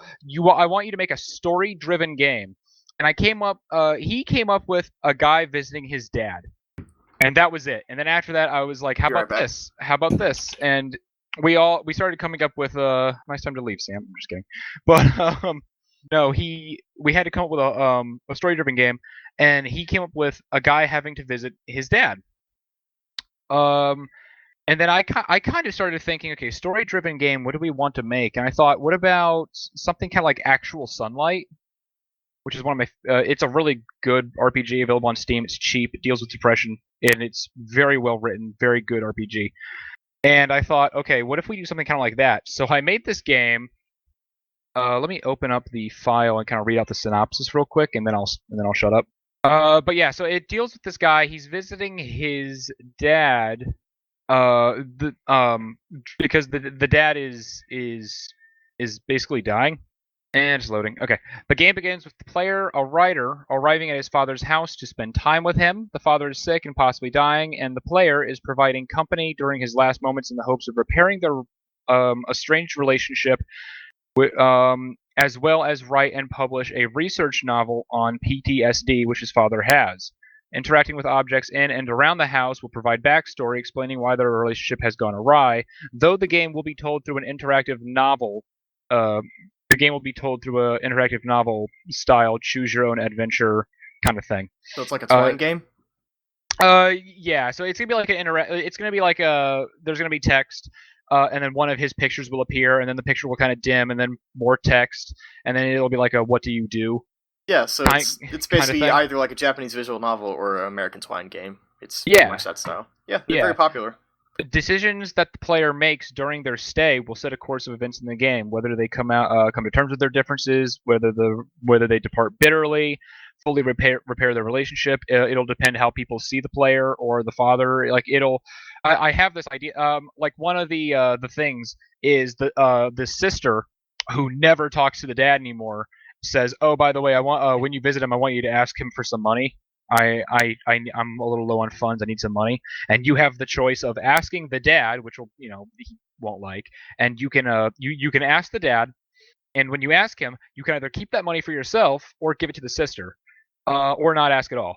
Now, when you go to see the sister at the end, and I won't explain where you are, but when you go to this, when you see the sister, you have the option of lying and saying you never asked and keeping the money for yourself, lying and saying that you did ask and giving her your own money, just giving her the money, or telling her that you didn't ask him. So, and that's just one choice, and there's going to be a whole slew of them. I actually have there's going to be 3 choices on Monday, and then 1 on Tuesday, 1 on Wednesday, 1 on Thursday, 1 on Friday, 3 on Saturday, and then 1 on Sunday. So those are all the ones I have, and I'm writing out the script right now. So it's going to be it's going to be a very story. It's the teacher wanted a story-driven game, and then he read ours, and he's like, you didn't have to go that far. I was like, so No, we went all the way far. yeah, I was like, I'm making a game. But then these other kids, it was it was really funny. He said story-driven game, and they immediately, as soon as they heard that, they immediately thought of like Asian dating sim. So they're making they're making like a spoof of a Japanese dating sim, yeah. But so I think the game is like we came up with names like Marcus is the main character's name, Daryl's the secondary character's name. The main player, yeah, he's the writer visiting his dad, and he's just trying to repair the relationship and write his book. And that's something that I also want at the towards the end is whether or not he publishes the book, like if he does it or if he doesn't because he feels like that would. I watched a movie called Mary and Max, and she does something very similar where she has a pen pal, and it's this guy with Asperger's living in New York City, and she lives in Australia, and so she writes, and when she grows up, she becomes a doctor and writes a book on Asperger's and uses him as a subject, and he doesn't take very kindly to that, so she's not sure, like, should I publish this book anyway, or should I just trash it? And I kind of wanted something very similar to that. And the dad is going to be a member of Alcoholics Anonymous. He kind of used his alcohol to escape his PTSD, and the dad is going to try and get the player to do stuff with him that could kind of rekindle the relationship. But Marcus at the time might be a little busy with like writing the book and stuff like that. So it's like your choices really affect how the game kind of turns out. I hope that my choices that I've made when the game comes out, I hope that like people playing don't find the choices like too obvious, but a lot of them I've written simple do or do not choice next to it. So that's a little disheartening now that I'm rereading it, but hopefully it comes out well. I can't believe I almost forgot to. Yeah, I can't believe I almost forgot to bring that up. But yeah, that's pretty sweet. That is my week. Sorry that went on for so long. That's cool. Who's next? Well, once again, since Sam, you weren't here last week, how have you been doing? I was making money. Trying to. Yeah, how's the furniture business? Laughing straight to the bank. It's doing alright, it seems. I was kind of wondering that myself, being the recession that happened a couple of years ago was definitely bad for a while, but I was selling internationally, so I had a couple of people coming from Russia, a guy from Ukraine, dude from Dubai. They all seem to be doing alright.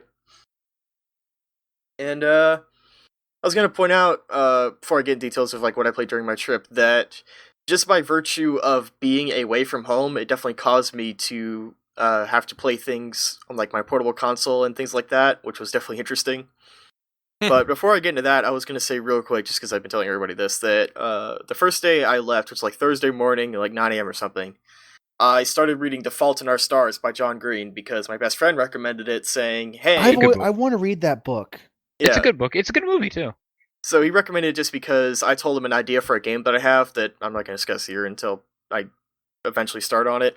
And then he was saying, hey, if you want to see the best written teenage dialogue I've ever seen in my life, read this book. So I read it, and god damn, that book is depressing as all hell. It is. The movie was. I got teary eyed in the movie. The book's really good too, and I have to agree. I actually, for some reason, didn't think about that, but yes, the dialogue is very well written. For They're very those who don't believable know, characters. The Fault in Our Stars is a movie about two teenagers. I think they both have cancer. Just one of them has cancer. So They both one have of cancer. them, well, the other one used to have cancer, but he has an amputated leg. Augustus does, who's the main female lead, and Hazel, who is the main character, she has fluid in her lungs caused by tumors. So she so she's She doesn't have much longer to live. They always just describe the idea that her days are numbered, but they never know how much. Without spoiling much of the book or movie, she definitely goes through certain attacks that could seem like the end. And Augustus, again, without spoiling anything, he has the amputated leg, and he has, at the start of the book, he had been cancer-free for about 2 years, I believe. I thought his dialogue, at least in the movie, was a little too philosophical for a teenager. Like, there's you go ahead, finish first. Not spoiling anything. I don't mean to cut you off. Sorry, but not spoiling anything. There, he puts a cigarette in his mouth, and she's like, "Oh my god, wait, you had cancer and you smoke?" He goes, "No.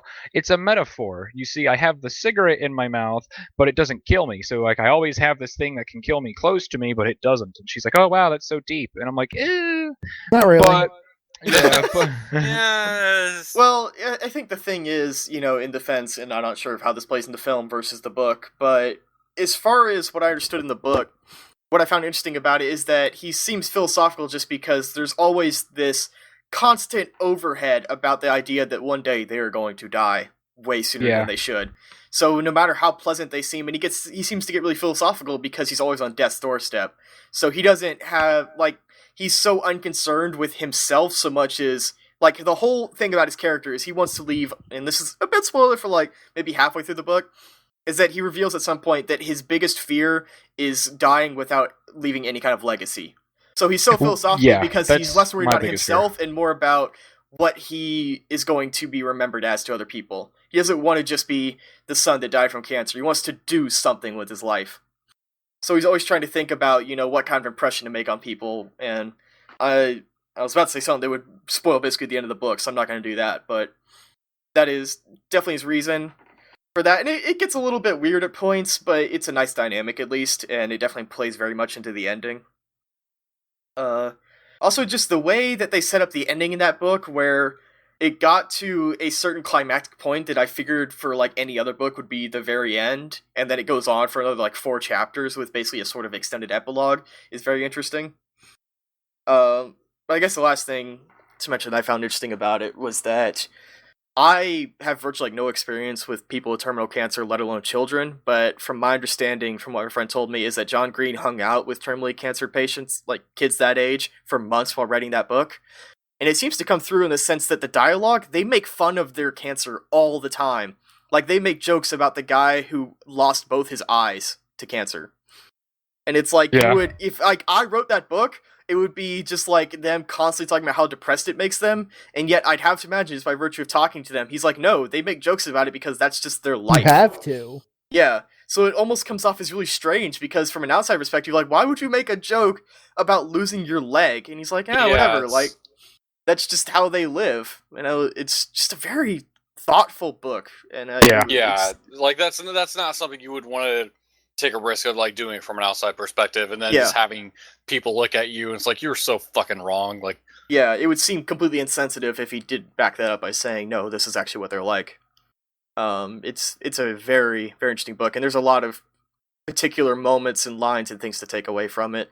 I guess in a way, not to spoil it, but for people who have read the book, the one that really got me was when Hazel says, "I don't want to be a grenade in your lives." It's a very interesting moment that comes up a couple of times. Getting away from that though, the funny thing is that I liked that book so much, I started it Thursday morning, I finished it Thursday night. Damn! I tore through that thing. How many pages is that? That's on my Google Play app, which, changes depending on the font size, it was 145 pages, up to 170 maybe, I don't know. Slightly short book maybe?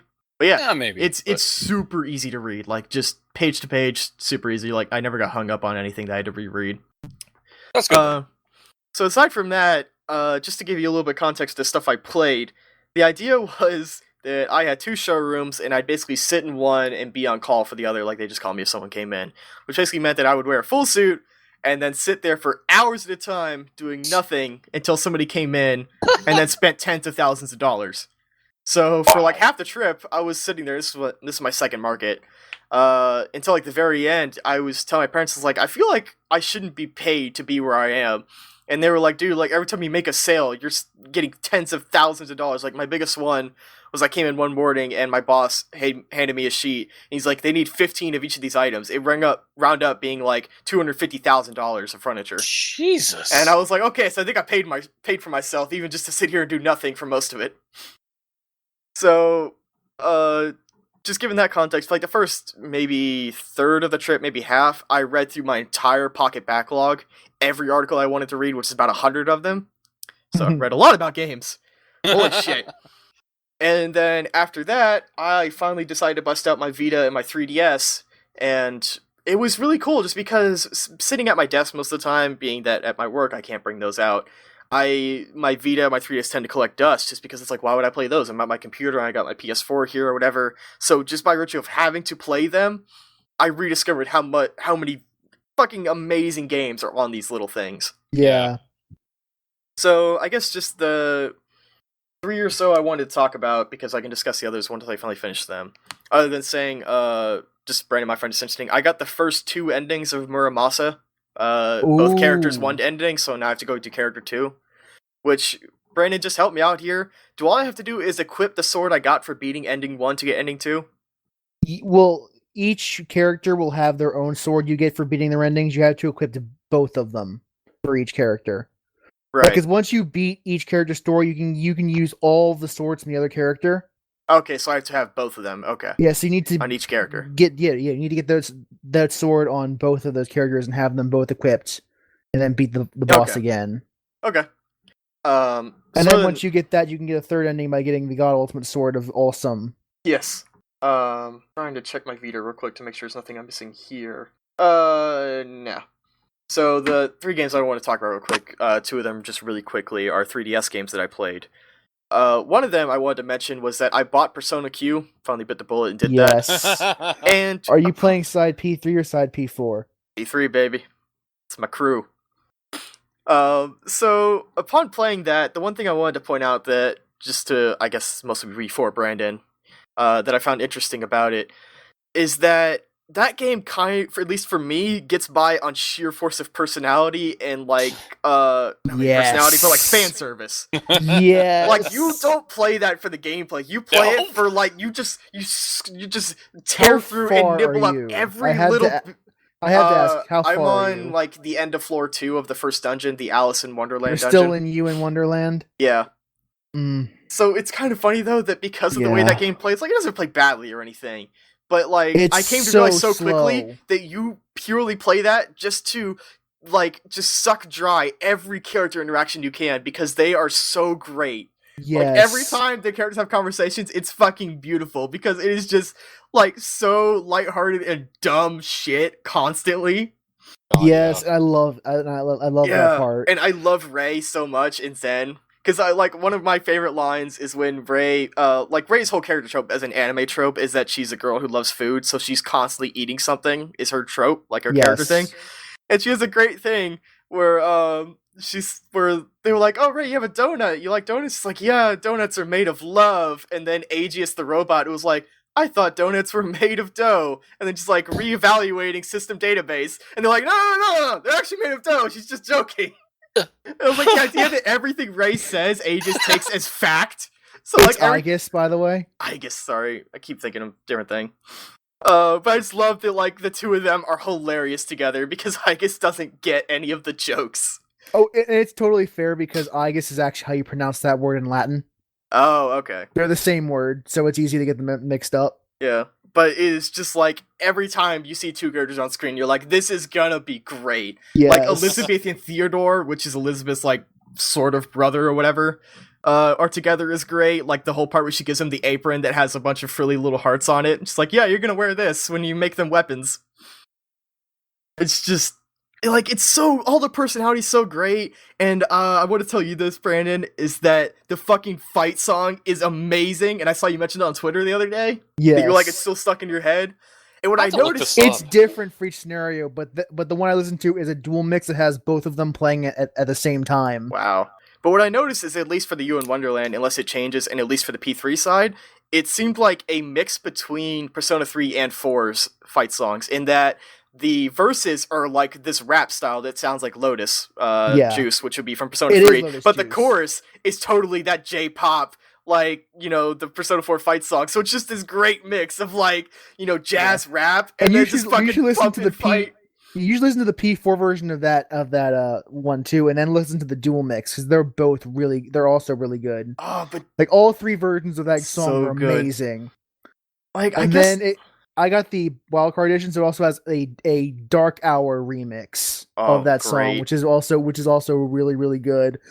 Like that song, I fucking love it, man. It's a song I listen to in the car. so good. So, and I guess that's the thing, though, is I wanted to point this out, is that I had the Etrian Odyssey Untold, whatever the newest one is, demo, downloaded on my 3DS, and I decided to boot that up, because I was like, I don't know, I'm enjoying this gameplay fine, I guess, I'll give it a shot. Literally, by the time I met the first person, not even in combat or anything, just by the time I saw the first character, I said, holy shit, I did not realize how much Persona Q relies on its characters to make it interesting. Yes, Because when you strip that away into generic fantasy, because that's Odyssey, the people usually play it for the gameplay, not really for the Yeah. because there's like no story or anything. And then I realized I don't give a shit about that. as I like- said it, like back when I played it, that game, the actual act of playing it gets super old. Yeah, Yeah, it's Like, not even even if it was not for the fact that those characters had such great chemistry with each other, I would have never ever it's finished that just game. like the only reason you play it is because the fight music or like the little touches of like when you open a door, you see one of them walk in front of you, just like Yeah. the tiniest little bits that say you're playing a Persona game. But when you shed that out and it's the core game, it's like I want nothing Like, to do it's with this. okay. It's okay. It's just Like, it I goes can on still- for far too long. like I can still remember some of the bullshit of Brandon describing his experience with this, and I was pretty much convinced from the very first time. I was like, "Yep, I don't want to touch this. I want nothing to do with Yeah. Like, this." you have to be a Persona fan or a Yeah. hardcore Etrian fan to like this game, because if you're not either one of those, you will never finish it. You will never get even close to finishing it. And it's kind of a bummer because I don't hate Etrian Odyssey. I like the combat decently enough, even though I think Persona's is better. I don't hate it. I just hate how long the Yeah. whole affair is. But the thing is, it's Paced shitty. and just the real problem with it is though is like I'm just playing it for the little tidbits of character interaction. Like I'm just like desperately like just sprinting towards Yeah. every character Towards that interaction. next dialogue. Yeah, and it's like, and then you just take that and you just like And then take you as much as go you out can of the in. dungeon and you spend an hour of this like with the little meetings in the dungeon, and then you have fun with that part. Yeah, and I guess that's kind of the biggest bummer is and I'll end up playing it just casually over the course of like the rest of this year, I'd guess, Yeah. because otherwise I'll burn out really fast because I'm not like you, I I can't play finished RPGs that like game that. in 70. It took me 70 hours, so you're definitely going to want to pace yourself on it. Yeah.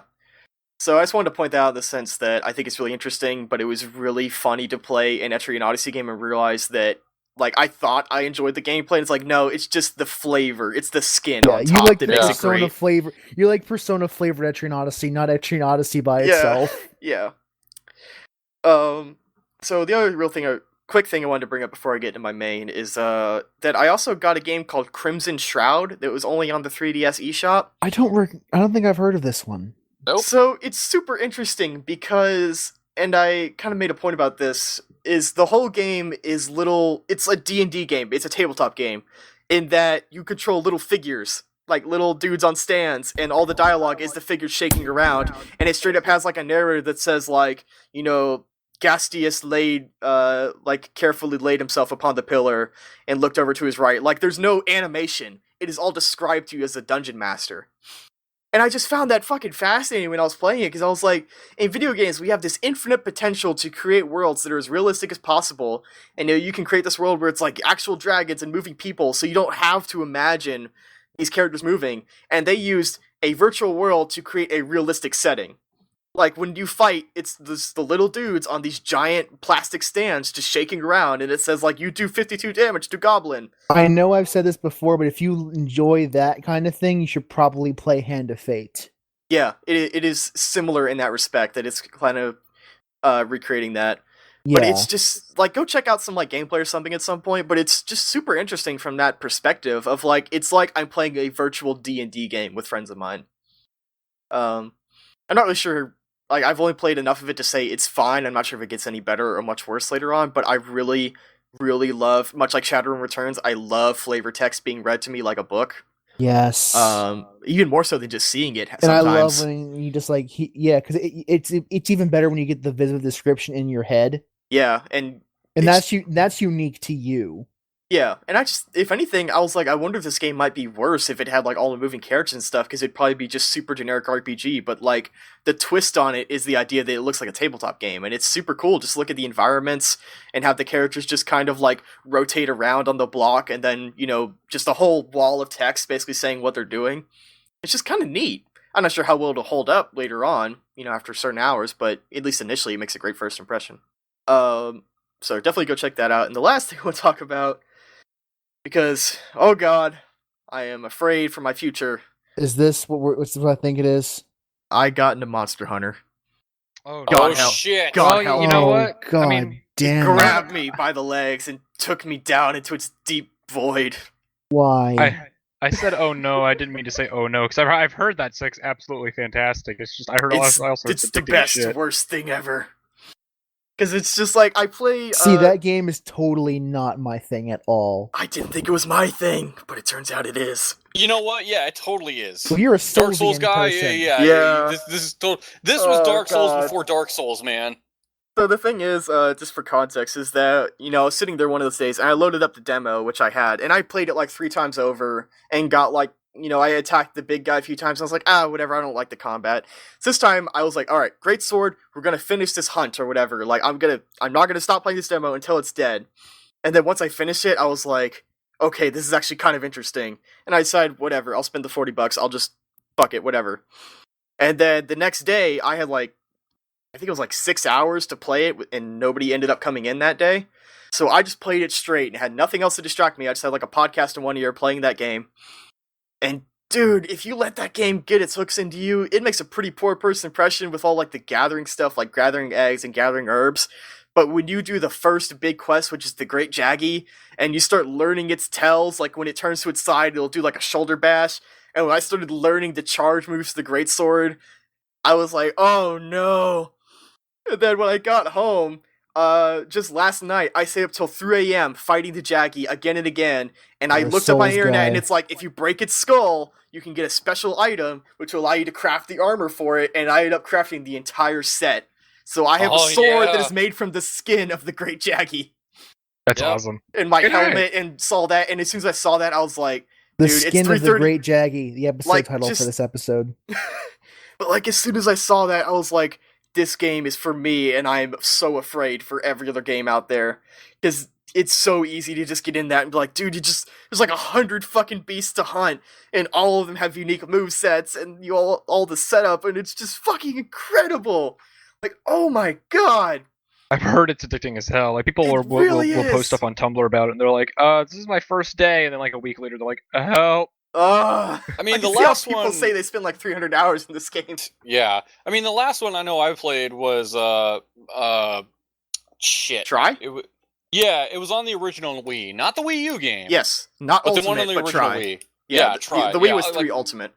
Yeah, I remember playing that one and being pretty thrilled with it, and I doubt it'll happen, but I would like to see Monster Hunter 4 on Wii U, but knowing my luck, that Yeah. probably won't be a thing. So, Admittedly, though, it does play really well on 3DS. Yeah. I'm not sure if that's the perfect fit for it, but it's quite well, and it has, I believe it's new to this one, which is that this game has never had a lock-on before, at least not this way, but now basically it has a thing where when you're fighting the big hunt monsters, you can hit a lock-on so that when you tap the L button, it puts the camera towards them. But again, it is not a traditional lock in the sense that you don't strafe around them or anything. You have to aim your hits carefully. Yep. And that's part of what makes it so interesting, is that you have, like, a Great Jaggy, like, running towards you, and I just have, like, the sword charged, and I'm like, okay, 1, 2, and then, like, the last charge, you just nail it in the head, and it flies off in the opposite direction. Like, when I kill monsters with the greatsword, they literally fly through the air, because I hit them with such force. It is the ultimate power fantasy. It's like straight-up anime fighting. And it's nice to hear that it works well on a portable, because I remember playing the PSP versions that came out, and those were shit. Yeah, I heard those are really rough. And I think that's because, again, I think this is the first one with that lock-on system, which, like, I can't imagine playing that without it. Having to reorient the camera manually sounds like a nightmare. Yeah, considering you're short one analog stick and 2 shoulder buttons. Yeah, so I don't have the second analog stick to rotate the camera myself. I do it with the D-pad, but, you can't really do that and move at the same time. Nope. But, dude, that game, holy shit. You're a Souls guy, so that's no surprise. I guess. I've heard people have played it and still hate it, but it revolves around similar systems. And at least up till now, what I found interesting is that, like, I was able to fight that Great Jaggy, like, 5 times and not get bored of it while I was collecting the whole armor set. Even though, like, the only thing that pisses me off is, 1, the tutorials kind of suck. People have complained about that. Like, it'll say, like, hunt 5 of this monster, and it won't show you what they look like or where they are or anything. You just kind of have to guess. And I suppose the second thing is the idea of random drops. Like, the reason I was up so late is that in order to get, I think it's called the King's Frill, which is sort of like a little, it's like Predators have them. It's like a little flapping thing that comes out the side of its face to scare people. It kind of looks like little ears or something. Is that you have to, 1, break its skull before you kill it, which means you have to hit it in the head with enough charge attacks. And then it's only like a 75% chance of dropping. So I had to break its skull like 4 times across 4 different hunts to finally get it. But the feeling when you do, and I was able to craft the whole set, look at it, and just like, there's this really visceral, like, primal feeling of like, I'm wearing the fucking skin of the thing I killed.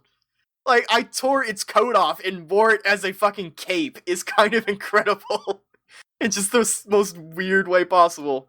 So aside from that, I also discovered that there were multiple Monster Hunter clones, and apparently I had a few of them. Oh god. So I also gave a shot to this game called God Eater Burst. Which I've heard of that. Yeah, people have heard of God Eater. So God Eater is actually pretty interesting in the sense that it's like Monster Hunter, but it's a lot faster. Like, all the attacks are much faster, and instead of like a typical high fantasy setting, the whole thing about God Eater is it's a post-apocalyptic world in which the weapons you have are basically monsters themselves. So, like, the whole crux of that game, or at least, like, the gimmick, I guess, is in addition to normal attacks, if you overcharge your heavy attack, basically the sword falls back into the sheath and a giant mouth opens up and you eat the monsters to gain powers. So, like, you're basically just holding this monster in your hand and praying it doesn't eat you alive at any moment. Holy crap. It's just this really interesting, and they already set up the tone where it's like, there's this guy who comes up to you, I don't remember his name, it was just like Mike or whatever for the sake of this, and he comes up to you, he's like this super, like, annoying British guy, and he's like, yo, you can't be as good as me, man! He's like, you're gonna check out my sick moves, and then, like, within a second, he just gets eaten. Like, just wholesale. And then the guy behind him, Soma, is like, well, that sucks.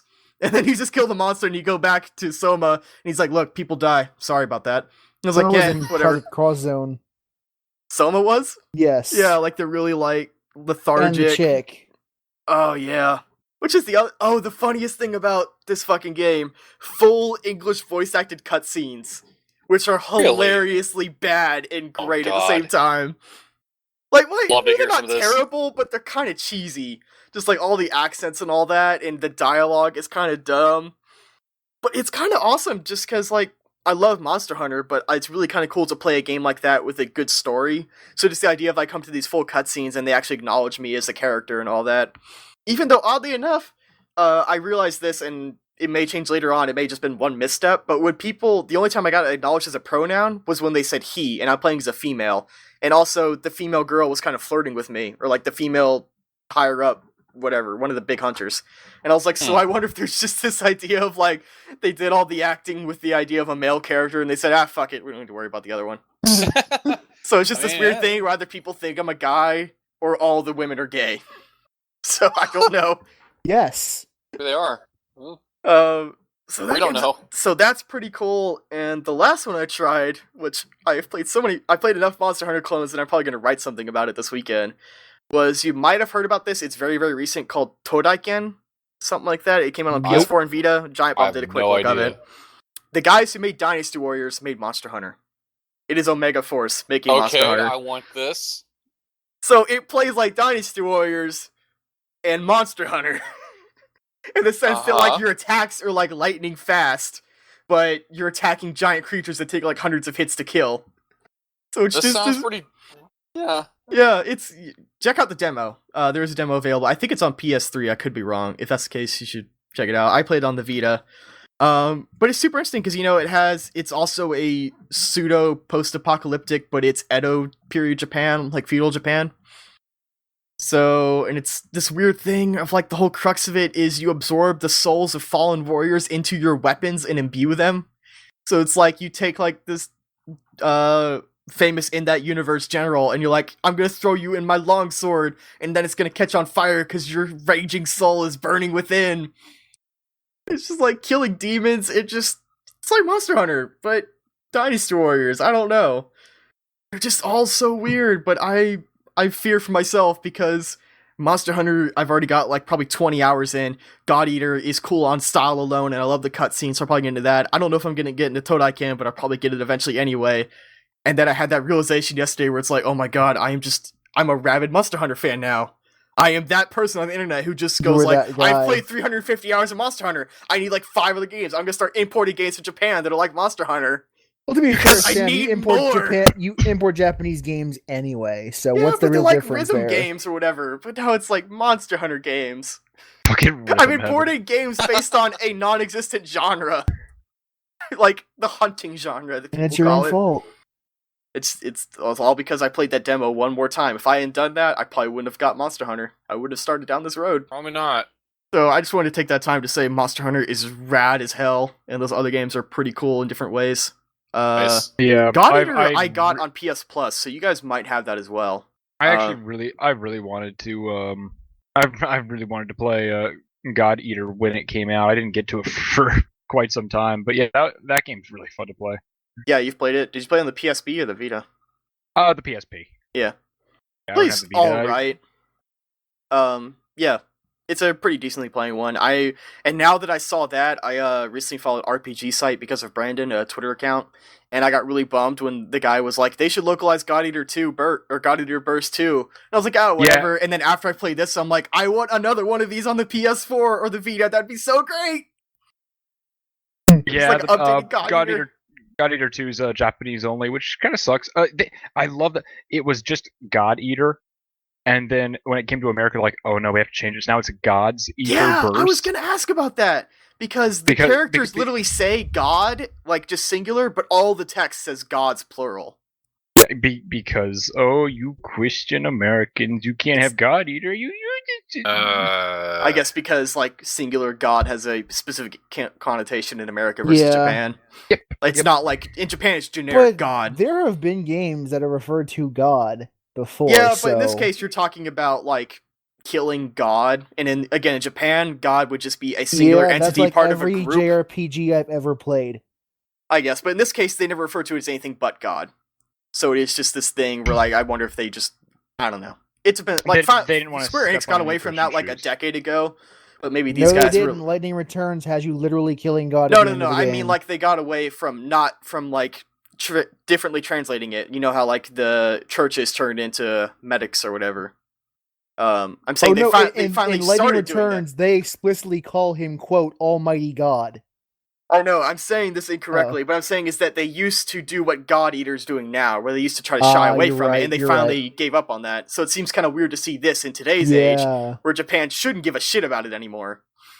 But maybe they were just kind of like the old Square Enix, where they're like, I don't know, I don't want to upset anybody.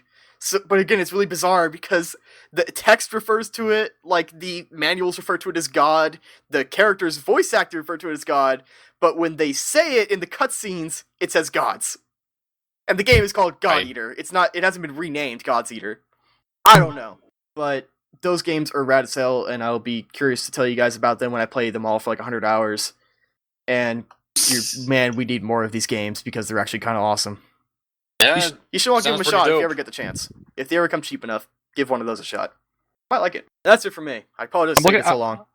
I'm looking at all my my PSP games, and Your PCP games. PCP. my PCP. Yeah, man, God Eater. It's I mean, named like- after Oh, the vaping is only the first step. Then you go to PCP. You know what I just the, realized? You know the it'd be a vaping really, is a gateway. you know it'd be a really cool vape flavor? God Eater. God Eater. I would buy a vape flavor called God Eater to see what it tastes like. It It's tastes like berry what- as shit. So much berries. So, Chris, do you want to go next, or should I? So you go. So Brandon. Brandon. Okay, so first things first. I have actually finished Pillars of Eternity now. About You damn you time. blow through those games so fucking fast, man. It's It been would 3 take- weeks. It would take me months to play a game like that. And just before that, you're playing Dragon Age. Like, it's not Yeah. like you're playing these back to back.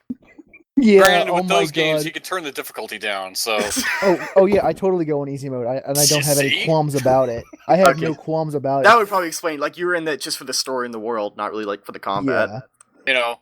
Although I will still give you shit about Wolfenstein. I beat that on normal. What the fuck is wrong with you? I beat that on normal. I didn't play that game on easy. Yeah, you I didn't thought want... you you said done. you turned it down. No, Whatever. I didn't. See, Oh, Pillars of Eternity. Boo's turn. Is it good? But yeah, it's good. It's Okay. really good.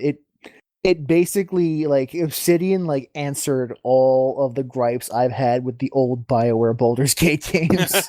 I still remember the first podcast that came on where you were like, Baldur's Gate is bullshit, and I was like, alright, what a great way to start the week.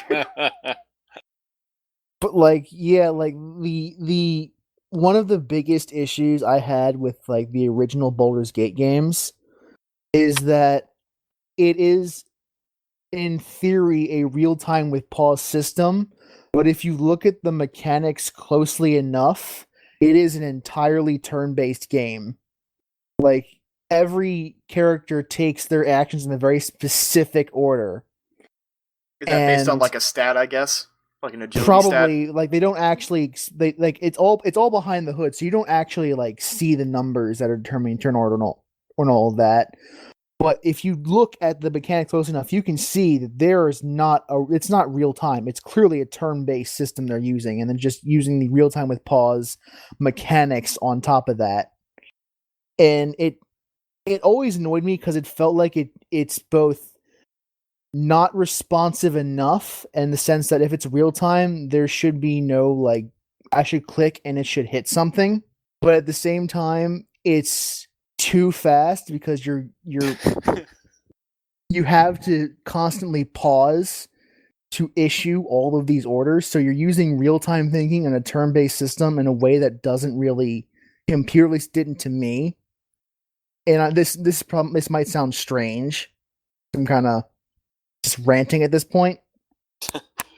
Yeah, I But- mean, Go ahead. no, I mean, we've kind of mentioned it, throughout the weeks. So, but as like your final thoughts on it, and like as the experience as a whole, like it did not disappoint. Oh no. This is probably like one of my top 2 CRPGs of all time. Hmm. Like this and Shadowrun Return / Dragonfall, which I'm including as one. The Shadow Yeah, of you might as Rebirth. well. So, Yeah. I guess I have 2 quick questions about it. One, would you consider this your favorite Obsidian game and or the best designed? In terms of Obsidian games, probably. Yeah. Because I don't recall having any real bugs with it. Hmm. And Obsidian did some pretty stellar writing with this game. I like the plot twist they give at the end, but I don't want to say anything more than that because, of course, it being a plot twist, there are spoilers involved. Yeah, I did see that one of the things they had to do seemingly because of the budget actually turned out to be pretty cool, according to a friend of mine, George Weidman, where he says there's some sort of, some events that happen, like crossing a narrow ledge or something, where it's just a picture, and it's basically just Yes. a check. And instead of a cutscene, it's basically just, like we discussed earlier, the idea of just this really flavorful dialogue and text. And he was like, no, that's actually kind of great. Like, it's super, like, old D&D style, and it's kind of great. Yeah, it's very obvious that that there is some numbers being crunched under the hood when you do those kinds of things.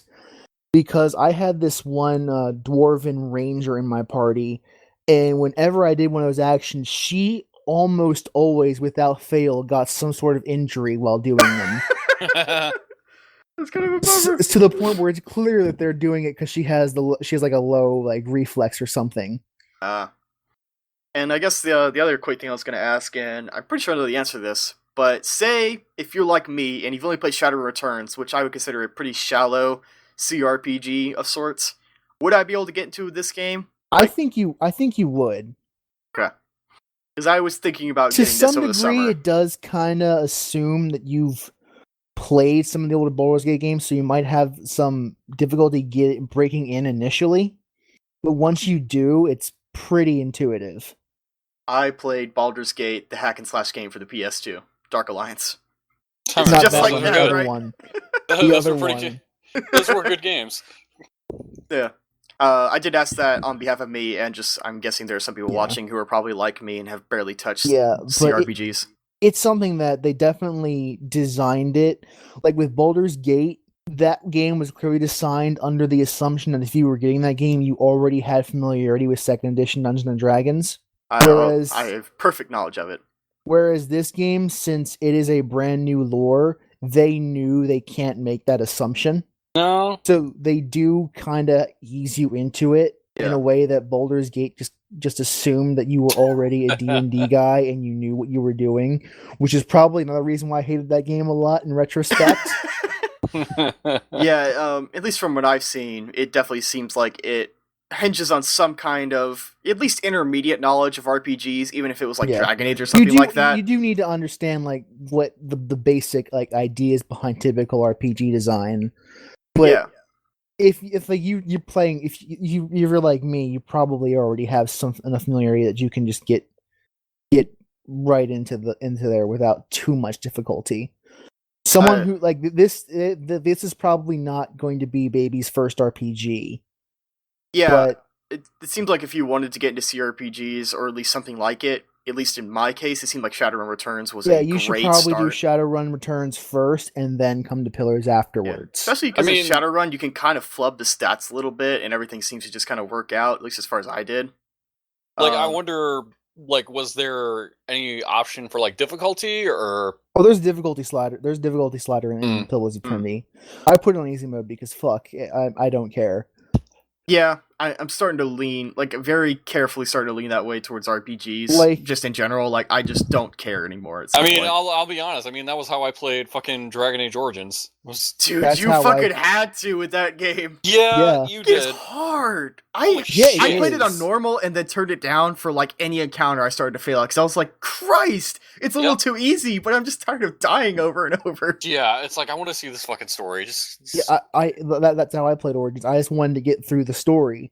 Like I'm probably a terrible RPG player because I don't tend to like the combat a whole lot, but I do tend to love the talky bits. Although this is an It's the exception best with part. Pillars because I actually enjoyed the combat in Pillars of Eternity. Hmm. I thought it was pretty fun because one of the reasons I liked it is because unlike Baldur's Gate where you basically had to constantly have your thumb over the space bar to pause the game, in Pillars there is a very, very robust number of auto pause options.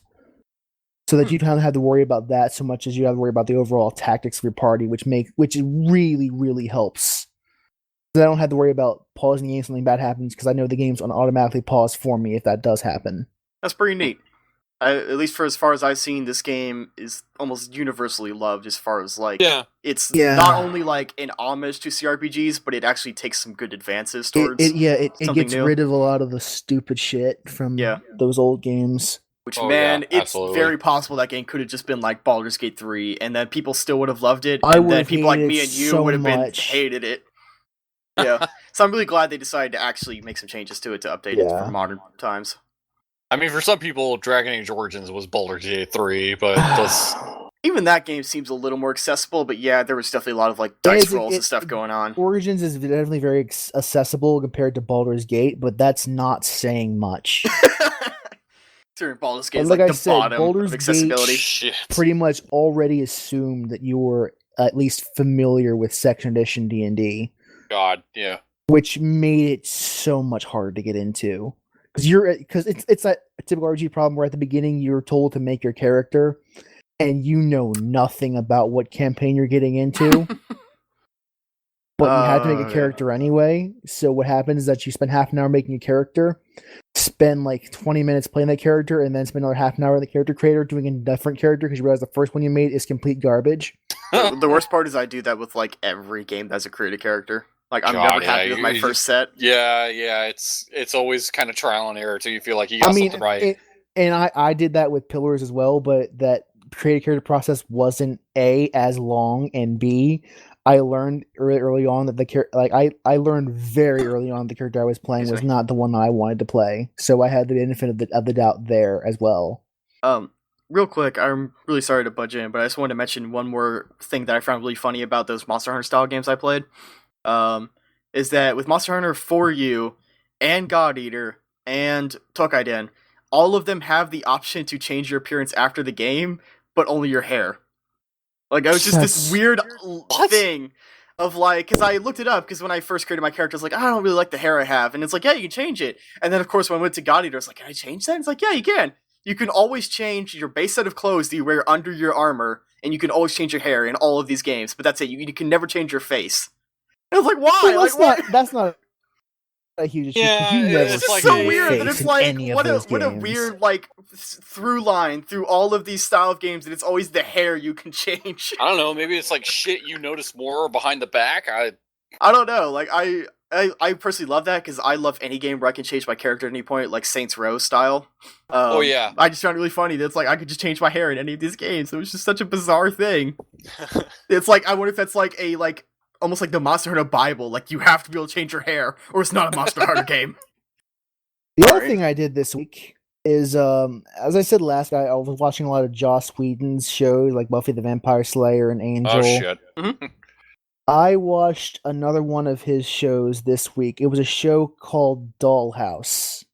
I remember vaguely hearing about 2009, this. And the premise of the show is that there is this group of people who have signed on through whatever reason they have to have their memory wiped for a total of 5 years. And during that 5-year span, the corporation that has wiped their memory has the authority to hire them out. For example, let's say that I am a rich person. I need someone to, like one of the first episodes has this rich guy whose daughter gets kidnapped. So what they do is they hire this company, and they'll take one of those guys that has their memory wiped.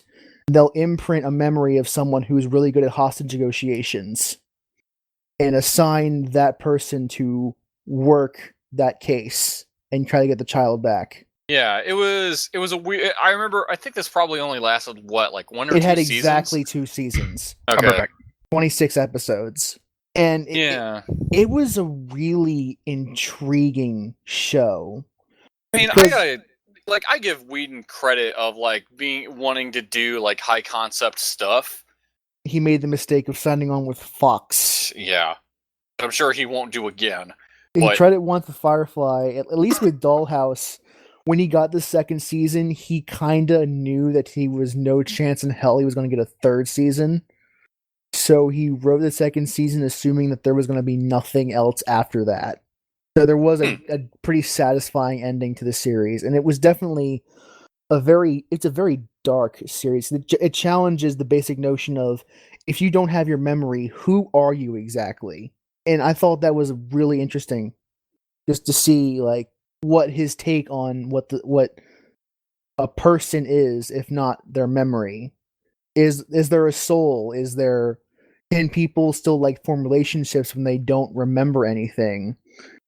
And if you do have someone else's memories, are you basically that person, or are you just another person? Are you just taking them and incorporating them into who you are? It was very interesting, and I applaud Whedon for at least trying to raise these questions.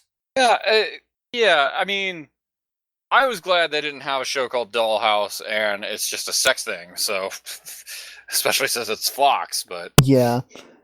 And even more interesting, towards the end of the first season, the main character, who is codenamed Echo, she gets kidnapped by this big bad, and what he does is he imprints her with every single person she's ever impersonated by Jesus. taking their memory all at the same time. So in the second season, she starts becoming self-aware of who she is, and she can access any one of these memories that she's had. And she's like 40 personalities in her head, all swimming at the same time, and she can just access any one of them any time. And she starts becoming very self-aware as to what her purpose is.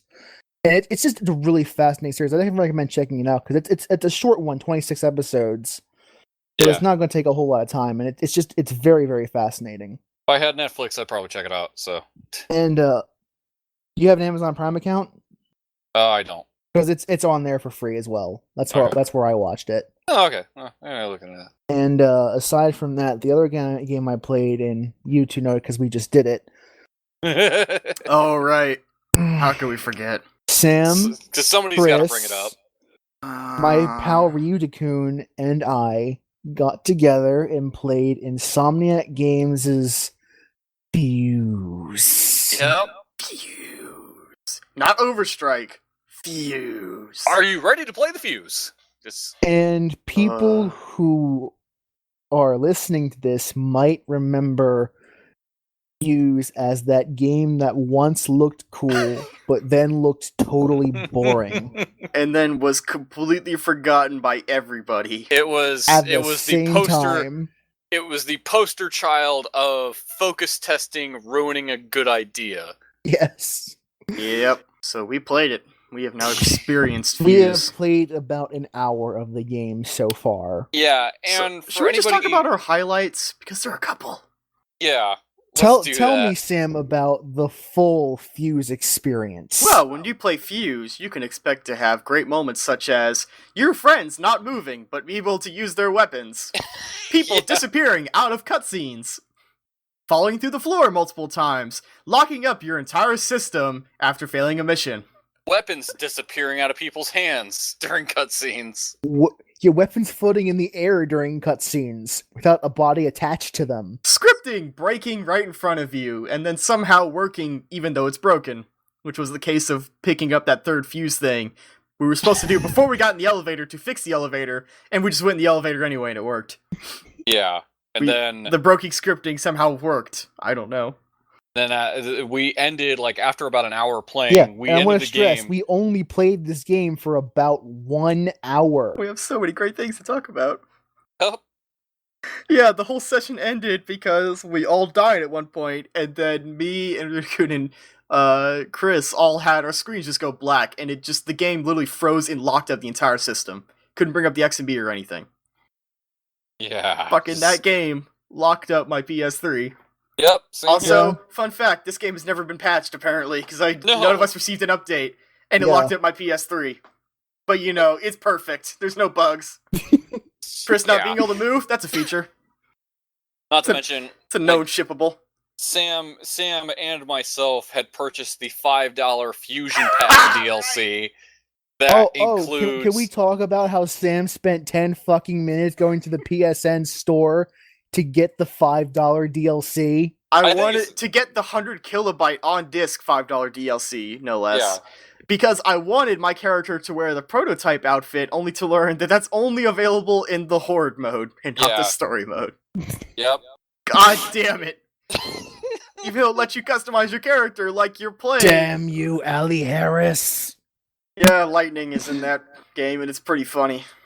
Lightning like- with a strange British twang to her. I don't know. I mean, especially it's funny that we're playing this game in 2015. This game came out 2 years ago in 2013, and it hasn't had a single patch. Which, as I had mentioned when playing with these guys, this meant one of two things. One, either Insomniac thought it was perfect, or they just did not give a shit. We've definitely erased. wonder I don't if think it- it's the former because of our There is a experiences. third option. EA didn't let them make a patch because EA has to God. pay for the patch. I was gonna say, what I learned from Fez is that you have actually to pay for patches, so it Yeah. could be. I would not be surprised if, considering how that game got focus tested and released upon reviews, they probably just said, you know what, fuck it, it's just not worth it. Like, it was Fuck it, literally ship they dead dropped it onto the ground and said, if you want to play it, sure, whatever, we're moving on. And the thing is, it's not like EA could look at Insomniac and say, you guys fucked up. No, because really, Insomniac did what any marketing person would do of you tried to go by data and numbers and opinion, public opinion and the like, and you used all that and it all lined up. This should have been a million seller and it didn't. And it's just one more piece of evidence of like, you can't compare the game industry market-wise the same way you do with everything else. And sometimes, really the only cool thing about this game is the weapons. Yeah. I think, to be fair, when you look at a game like that, I wouldn't be surprised if Insomniac said, well, it's kind of like Gears of War, and that game sold well, but there's also, I wouldn't be surprised if a lot of the sales came from the fact, not that the game is terrible, like it's a fine shooter or whatever, but the idea that Insomniac, that just by virtue of being developed by Insomniac, it provides a certain expectation. And this was developed by a no-name company. People would be like, it's a standard shooter, it's pretty good, it has some cool weapons. But by virtue of being done by Insomniac, who's known for these beautiful characters, worlds, and exaggerated style, and then just giving up on that and saying, no, it's just a baseline shooter. That was what sucks so much about it, is that, we want the exaggerated Insomniac. We want the Ratchet and Clank. Yeah, it's just like, I want crazy characters with multicolored hair shooting crazy guns. I want a weapon that turns people into chickens. And granted, this was this was pretty much the first thing they did after they finished up on Resistance. And so it wasn't long after they did, a whole kind of dark and gritty kind of game. Whereas, and to be fair, that did pretty well for him. Yeah. To be fair, Resistance has is really, really fun. Yeah, and Insomniac, when we saw the initial trailers for what was, initially called Overstrike 9, they were ready to go back to something crazy and off the wall. And again, the focus testing killed that. Yeah. I think the problem with that game, at least design-wise, is that it just feels like it's torn between two worlds. Because you have, just from a very basic looking perspective, it's a lot of grays and browns. But then you look at the characters, even though they've been really, pulled down to reality, they still look a little bit exaggerated, with the colors and, the hair colors and all that. And then the guns, even though they look real, fire like ridiculous things. Like you shoot black holes, or like the gun that I had turned people into a sort of goo that I could then shatter with my fists. Yeah. And it's just it's like someone spray painted over Ratchet and Clank with this gritty filter. And it's it's there. That really cool, zany game is there, but the personality does not match the game. It's if you put too much water in the Kool-Aid mix, where you still kind of taste the Kool-Aid, but there's still a lot of water mixed in, so you don't get a strong sense, and in that taste gets worse because it's so diluted. What I am curious about that game, though, is I wonder if, even if it had the different art style, I don't think it would be that great if it's still the same exact gameplay, but I do wonder if, before the shift, if it wasn't a cover shooter and it was more of a Ratchet and Clank, platforming shooter. Because if it was the same game with the better art style, I would say it's a bit better, but it's still not great. But if it was, that game needs a better sense of flow. Yeah, it should have been something more, again, if it had that older style, and it played something like Vanquish, where it's everybody moves at a crazy fast speed, and cover is just, a way to slow you down for a second, rather than to actually not take damage, it would be great. But instead, it's just slow and sloggy, and everything is really dark and gray. And especially since I was playing as Dalton, and his unique weapon that he has is this shield gun. And the thing is, that thing does not work in cover. You can pop out of cover and have your shield up, but you can't do his mag blast with that thing, because it'll just hit the wall in front of you and do nothing. So you have to get up out of cover to make effective use out of that thing. You really don't need cover because you have that shield.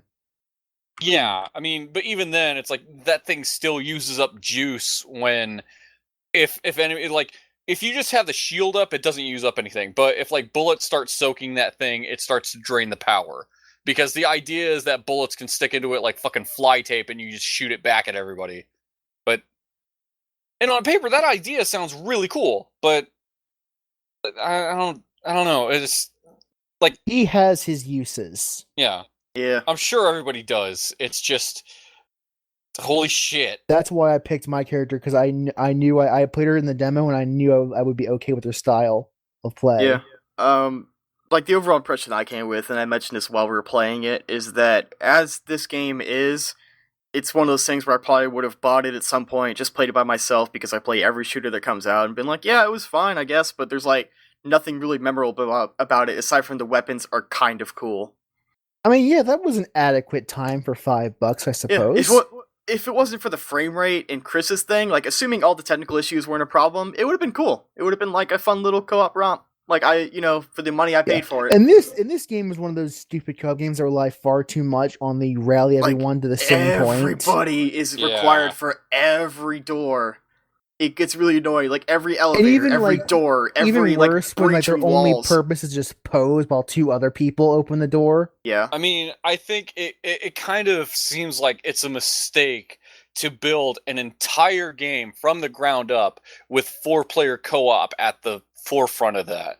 Like, I mean, I know some people would say the same thing about like Army of Two, to where it's like the entire game is based around co-op, whereas I like the idea if like co-op is an option but not a mandate. You know, everybody likes to look at the original Halo and how great co-op was in that. And you know what Halo didn't have, the original game? When you played with a friend of yours, guess what? 2 people didn't need to open a door. You didn't have to wait for some other guy for an elevator. And yet it made the game so much more fun with 2 people in a Warthog fucking going at it. It was great. It was more than that. Like, if you're doing a game that's entirely co-op, it's really hard to make a story with it. And the reason I say that is because I don't know if you noticed it. Well, we were playing, but once you introduce the element of other people playing with you, there is a tendency for us to just talk over the story. It's going to happen because we're people. That's what we do. We talk. Yeah.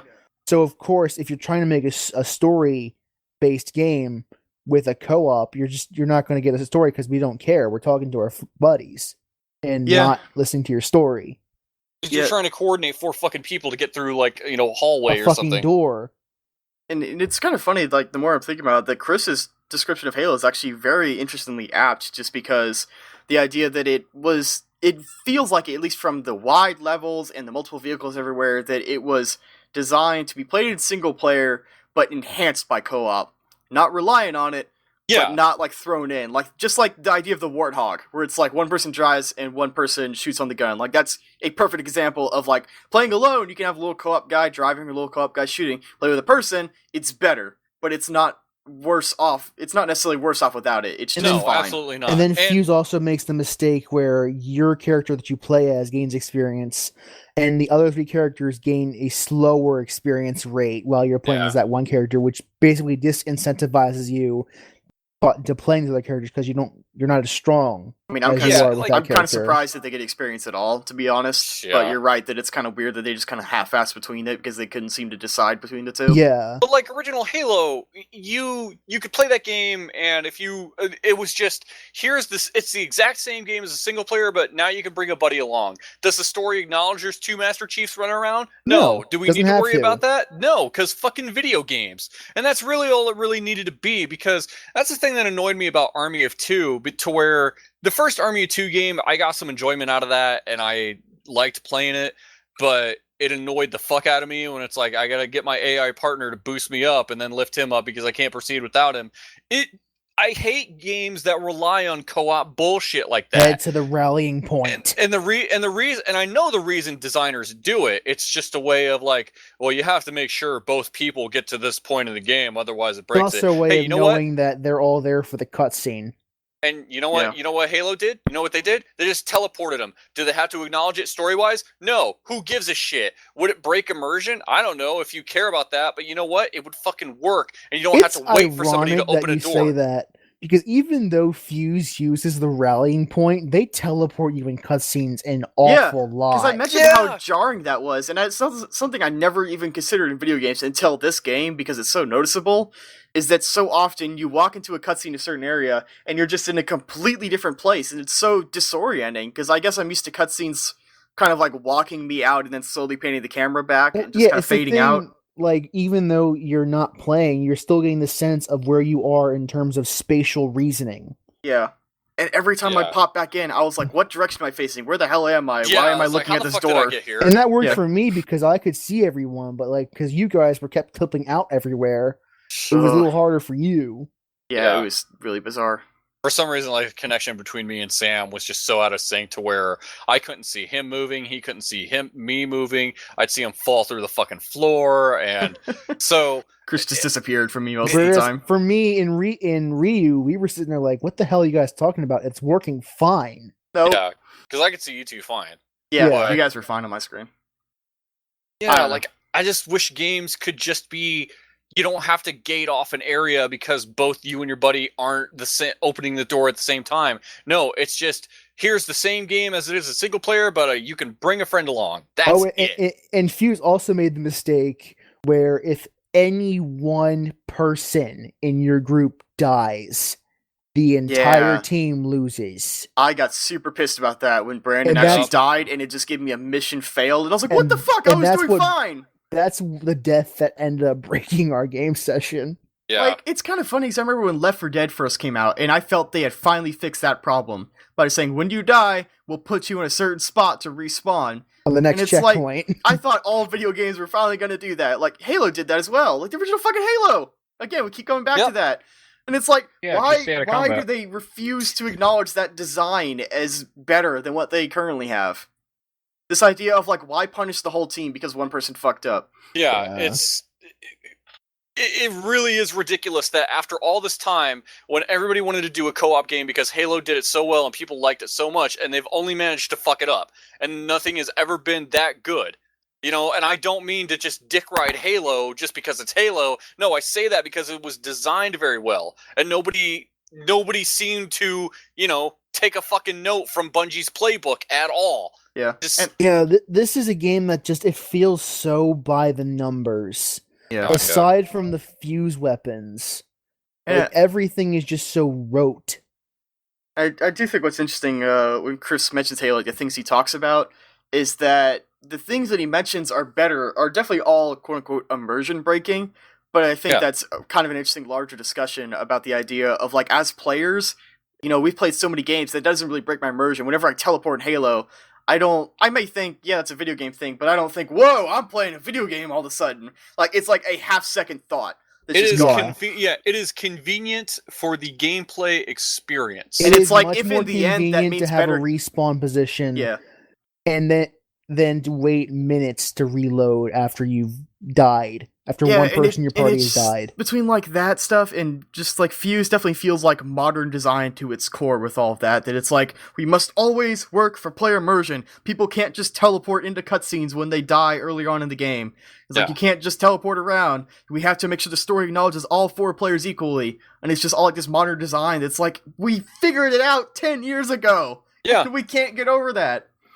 Because it's It's like- all in the name of quote unquote immersion. And even worse, aside from the fuse weapons, every weapon in that game just it feels so generic. Yeah, I mean, it's the 3-shot assault rifle with the scope, which Yeah. is like the Halo's battle rifle, funny enough.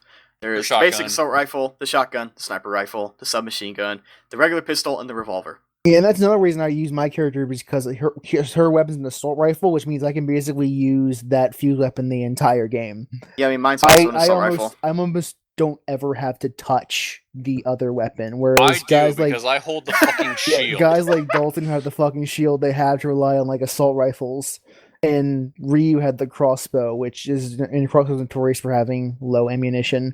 Yeah, I have an assault rifle that has like 250 ammo by default without having Yeah. to reload. Yes, same. Yeah.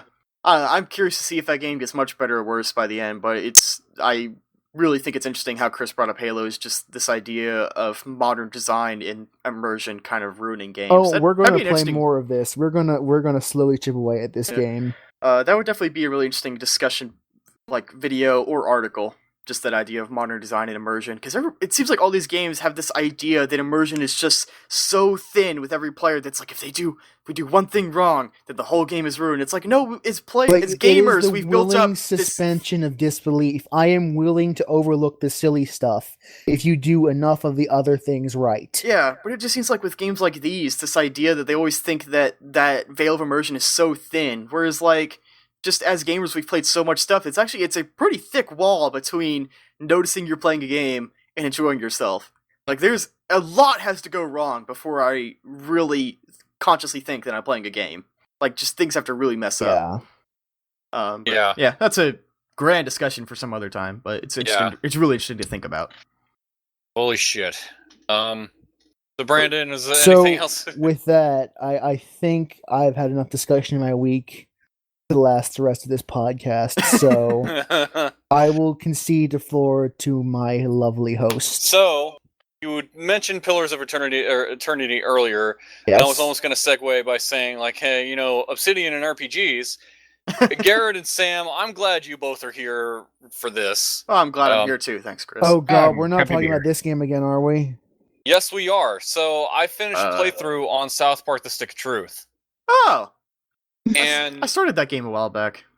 it is good. I can't remember if I mentioned this last week, because we'd mentioned, like, really the only barrier of entry in this game is if you're in South Park or not.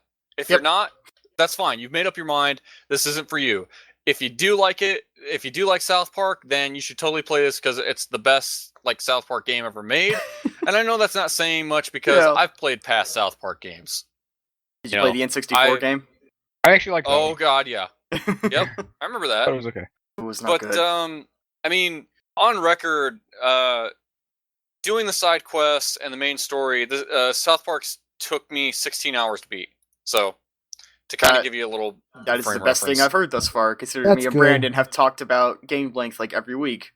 Like, I want shorter, I shorter played games, goddammit. Inquisition- Like, I played Inquisition for like almost 100 hours, and I played Pillars of Eternity for 50 hours. I'm in the mood for a game that's not as fucking long Yeah, right I mean, now. from a gameplay perspective, yeah, South Park is not.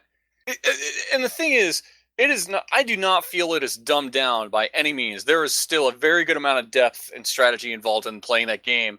But granted, you can tell they designed it in smart ways that they wanted it to be approachable for people who are like, well, I'm really into the show, but I'm not really that much into RPGs. That's fine. You can still play this because if you think the combat's too hard, you can turn the difficulty down. And if you think RPGs are too long, this is going to take you less than 20 hours to beat. If you, for some reason, you don't like micromanagement of parties and everything, that's fine. You really only have to worry about equipment for your character and your party members. You only have one in combat to begin with. So everything is kept kind of simplified.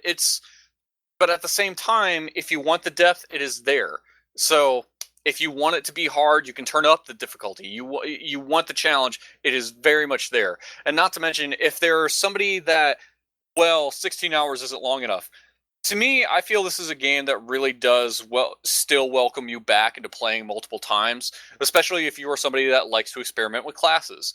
Because again, not to be offensive, I played the Jew, and I liked the being able to play around with the abilities and stuff. I would very much welcome the opportunity to go back to this game again and play a different class, like fighter, or mage, or thief, or whatever, and see what those abilities are like or anything. And granted, the choices really have no consequence. There are, I think, 2 fucking choices in the whole game, and there's probably one, and really all it decides is what boss you're going to fight, and that's it. And there's another one that probably would dictate whether or not if you get to a door there where there's a chest. I don't know. But and I love the fact how the game itself, like, it not only makes all kinds of callbacks to the show, but it also just pokes fun at a lot of various video game tropes, like how stupid it is for somebody to be recording a bunch of audio logs. It's like, I should be trying to escape, but I'm recording an audio log. Why am I wasting my time? And what else? Like, there's all kinds of really stupid shit. Like, one of my favorite parts, though, and I know the game is probably like a year old or so by now. Yeah.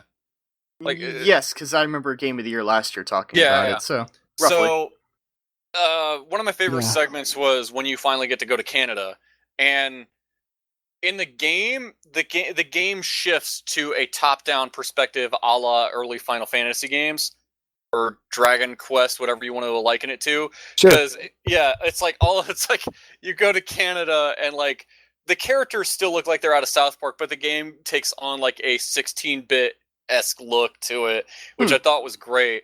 And I loved the fact of, I don't feel bad spoiling one of my favorite jokes, specifically because there's so much other stuff in here that I'm not going to talk about, like the final boss and stuff. But there's one joke that you go to Canada, it looks like an old ass RPG. So what do? I start going into houses and taking people's stuff, especially because even playing the normal game, like in the regular areas, you can do that and take whatever you want without consequence. Like go through people's drawers and find money and shit junk you can sell or whatever. And a lot of the junk is just like, again, more callbacks to the show. Like here's an Okama Game Sphere, and here's a fucking redheaded stepchild photo. I don't know, but like you go to Canada and you go into people's houses and start doing shit. And you go upstairs in one house, and there's just two people straight up fucking right there. And this guy's like, who the fuck just walks into somebody else's house? And you get kicked out. Like, because that was always a thing in like RPGs. Like, you just go into people's houses. Oh, if you're an RPG protagonist, you are a thief. Yeah. Pure and simple. You are walking into people's homes, taking their shit, and then talking to them as if nothing's wrong. Yeah. Which you just did. And I think it's interesting to point that out just because it's not like it's the first RPG that does a joke like that. I've certainly played some where they make jokes about going to other people's houses, but it's the first one where it's like, it's not just a text box coming up that says, wow, that's pretty dumb, you went to someone else's to rob you, which is usually how I've seen it. Instead, it's like, no, you go into someone's house, you're barging on them having sex, and they kick you out. Like, that is very South Park, where it's like, how can we make this sort of crude and dumb? Not just a joke, but a really stupid, fun joke. And granted, while you do see some raunchy stuff within the first fucking 30 minutes of the game, or like 10 minutes of the game, you see some raunchy stuff. The way the people, it's like, Chris can't even do it. Can't even tell the joke. It's like the way. I don't mean to offend anybody, but the way they. I mean, South Park, so just South Park. Noah's Bard. South Park's versions of Canadians. Yeah, they're pretty great. Yeah, I love the way they talk. Yeah, and South Park's take on Canadians, it's like, even on TV, watching on Comedy Central, they show Canadians having sex. And it's the stupidest thing I've ever seen. Yeah. Yeah, like when Terrence and Phillip got married to the Queef sisters. Like, oh god. Yeah. I stopped after like season 12. This is why I don't watch South Park. That's kind of what's making me go like in between playing the game and not. Is it's like, do I like South Park? And I play that game, I'm like, yeah, I mean, yes. Because for me, when you ask that question, the answer for me is definitive no. Like, I used to love it, and now I'm just kind of like in the middle. So I've never been a fan of South Park, so I love South Park. When I've played the game, I've enjoyed it in the sense of like, I think it's funny, not necessarily because I love South Park that much. I just think on its own, it's like, yeah, it's decently funny. Yeah, this to me was one of those rare cases of the humor only managed to get better from start to finish. Like, yeah, I bet that the early stuff isn't that great. What I've played compared to later stuff. Some of the stuff near the end of it, there was probably one thing in particular that I don't want to spoil that I would probably admit maybe that's a little in bad taste, but I still want to laugh at it. And I mean, that's basically the South Park MO. It's probably in bad taste, but I still want to laugh at it. Yep, absolutely. Also, the title of this episode. It's got like 4 of them now. Great. Hey, it's better than the last one we proposed. Remember? And I'll admit, well, it doesn't do anything like New Game Plus or anything once you beat the game. I mean, once you beat the game, you're more than welcome to like go back around the town and finish like any side quests that you may not have finished, or go after like some collectibles you might have missed, or if you're achievement hunting for whatever reason. Although granted, some of them I know I would have to go back through and start another game, and I feel completely fine with that, because this is something like I could totally see this being something like I'd play this like once a year and go back through it again, because I enjoyed the way it played and like the various scenes that play out and the story of it. Because I mean, in the story is what I don't. The story doesn't rely too much on like if you've watched the show or not. Granted, you would know some of the characters better. Of like, why does Cartman have a problem with Jews? Because he's a racist asshole on the show. And the story really does kind of feel like it is its own thing. Of they're just all role playing, and then all of a sudden there's FBI investigating a UFO crash. And Nazi zombies show up, because that's in every video game. And those damn Nazi zombies everywhere. Yeah. It goes into some fucked up shit. Like, I mean, How many other games do you know of where you fight Nazi zombies, dead fetuses, kindergartners, and yeah, just All in one game? homeless people and Al Gore. Which yeah, Just- yeah.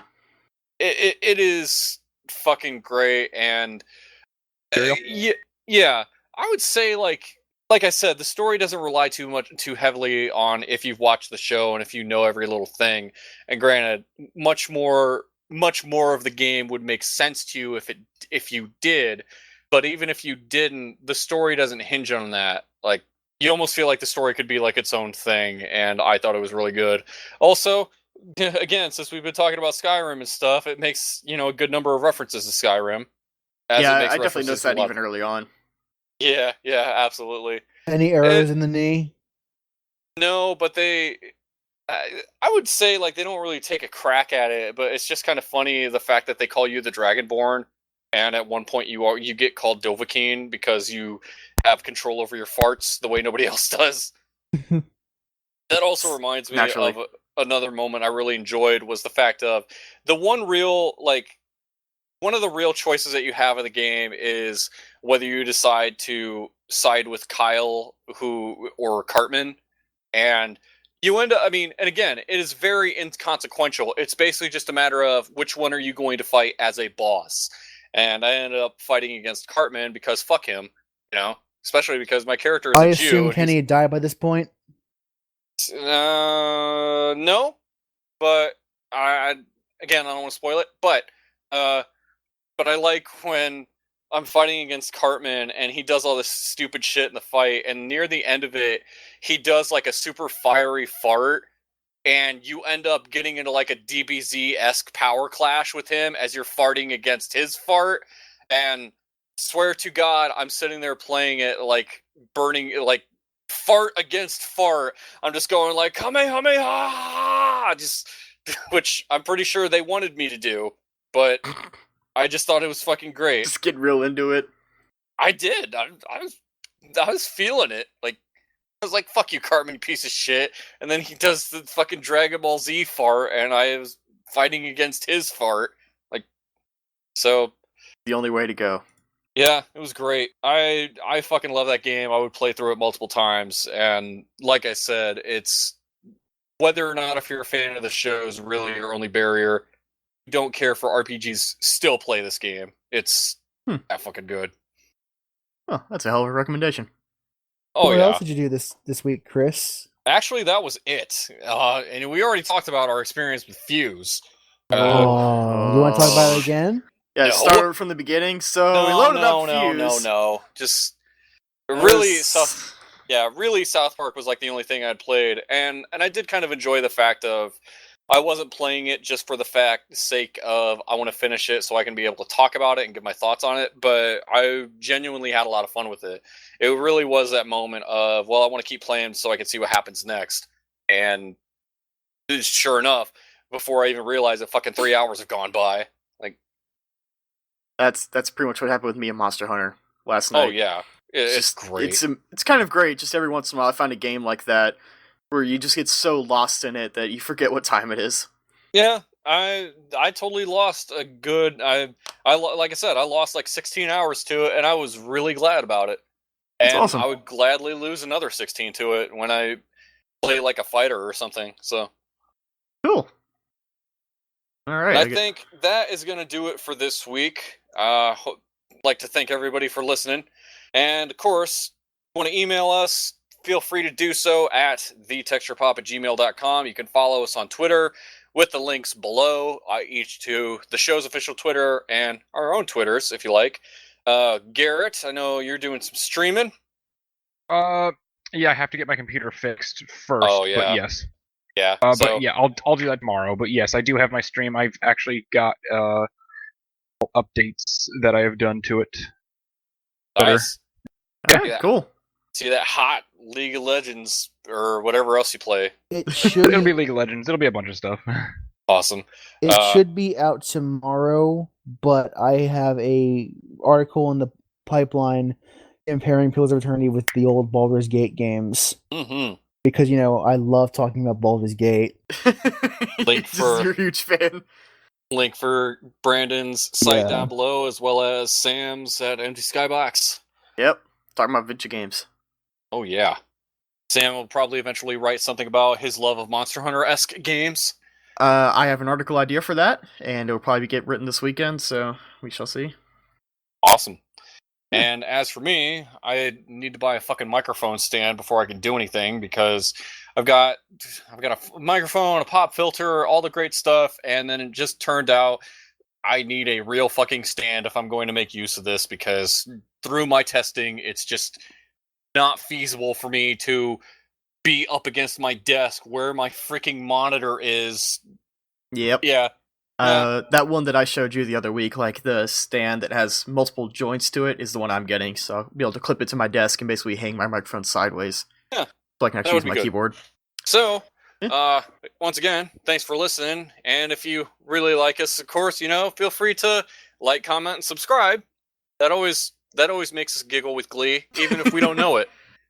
And Just on the inside. Yeah.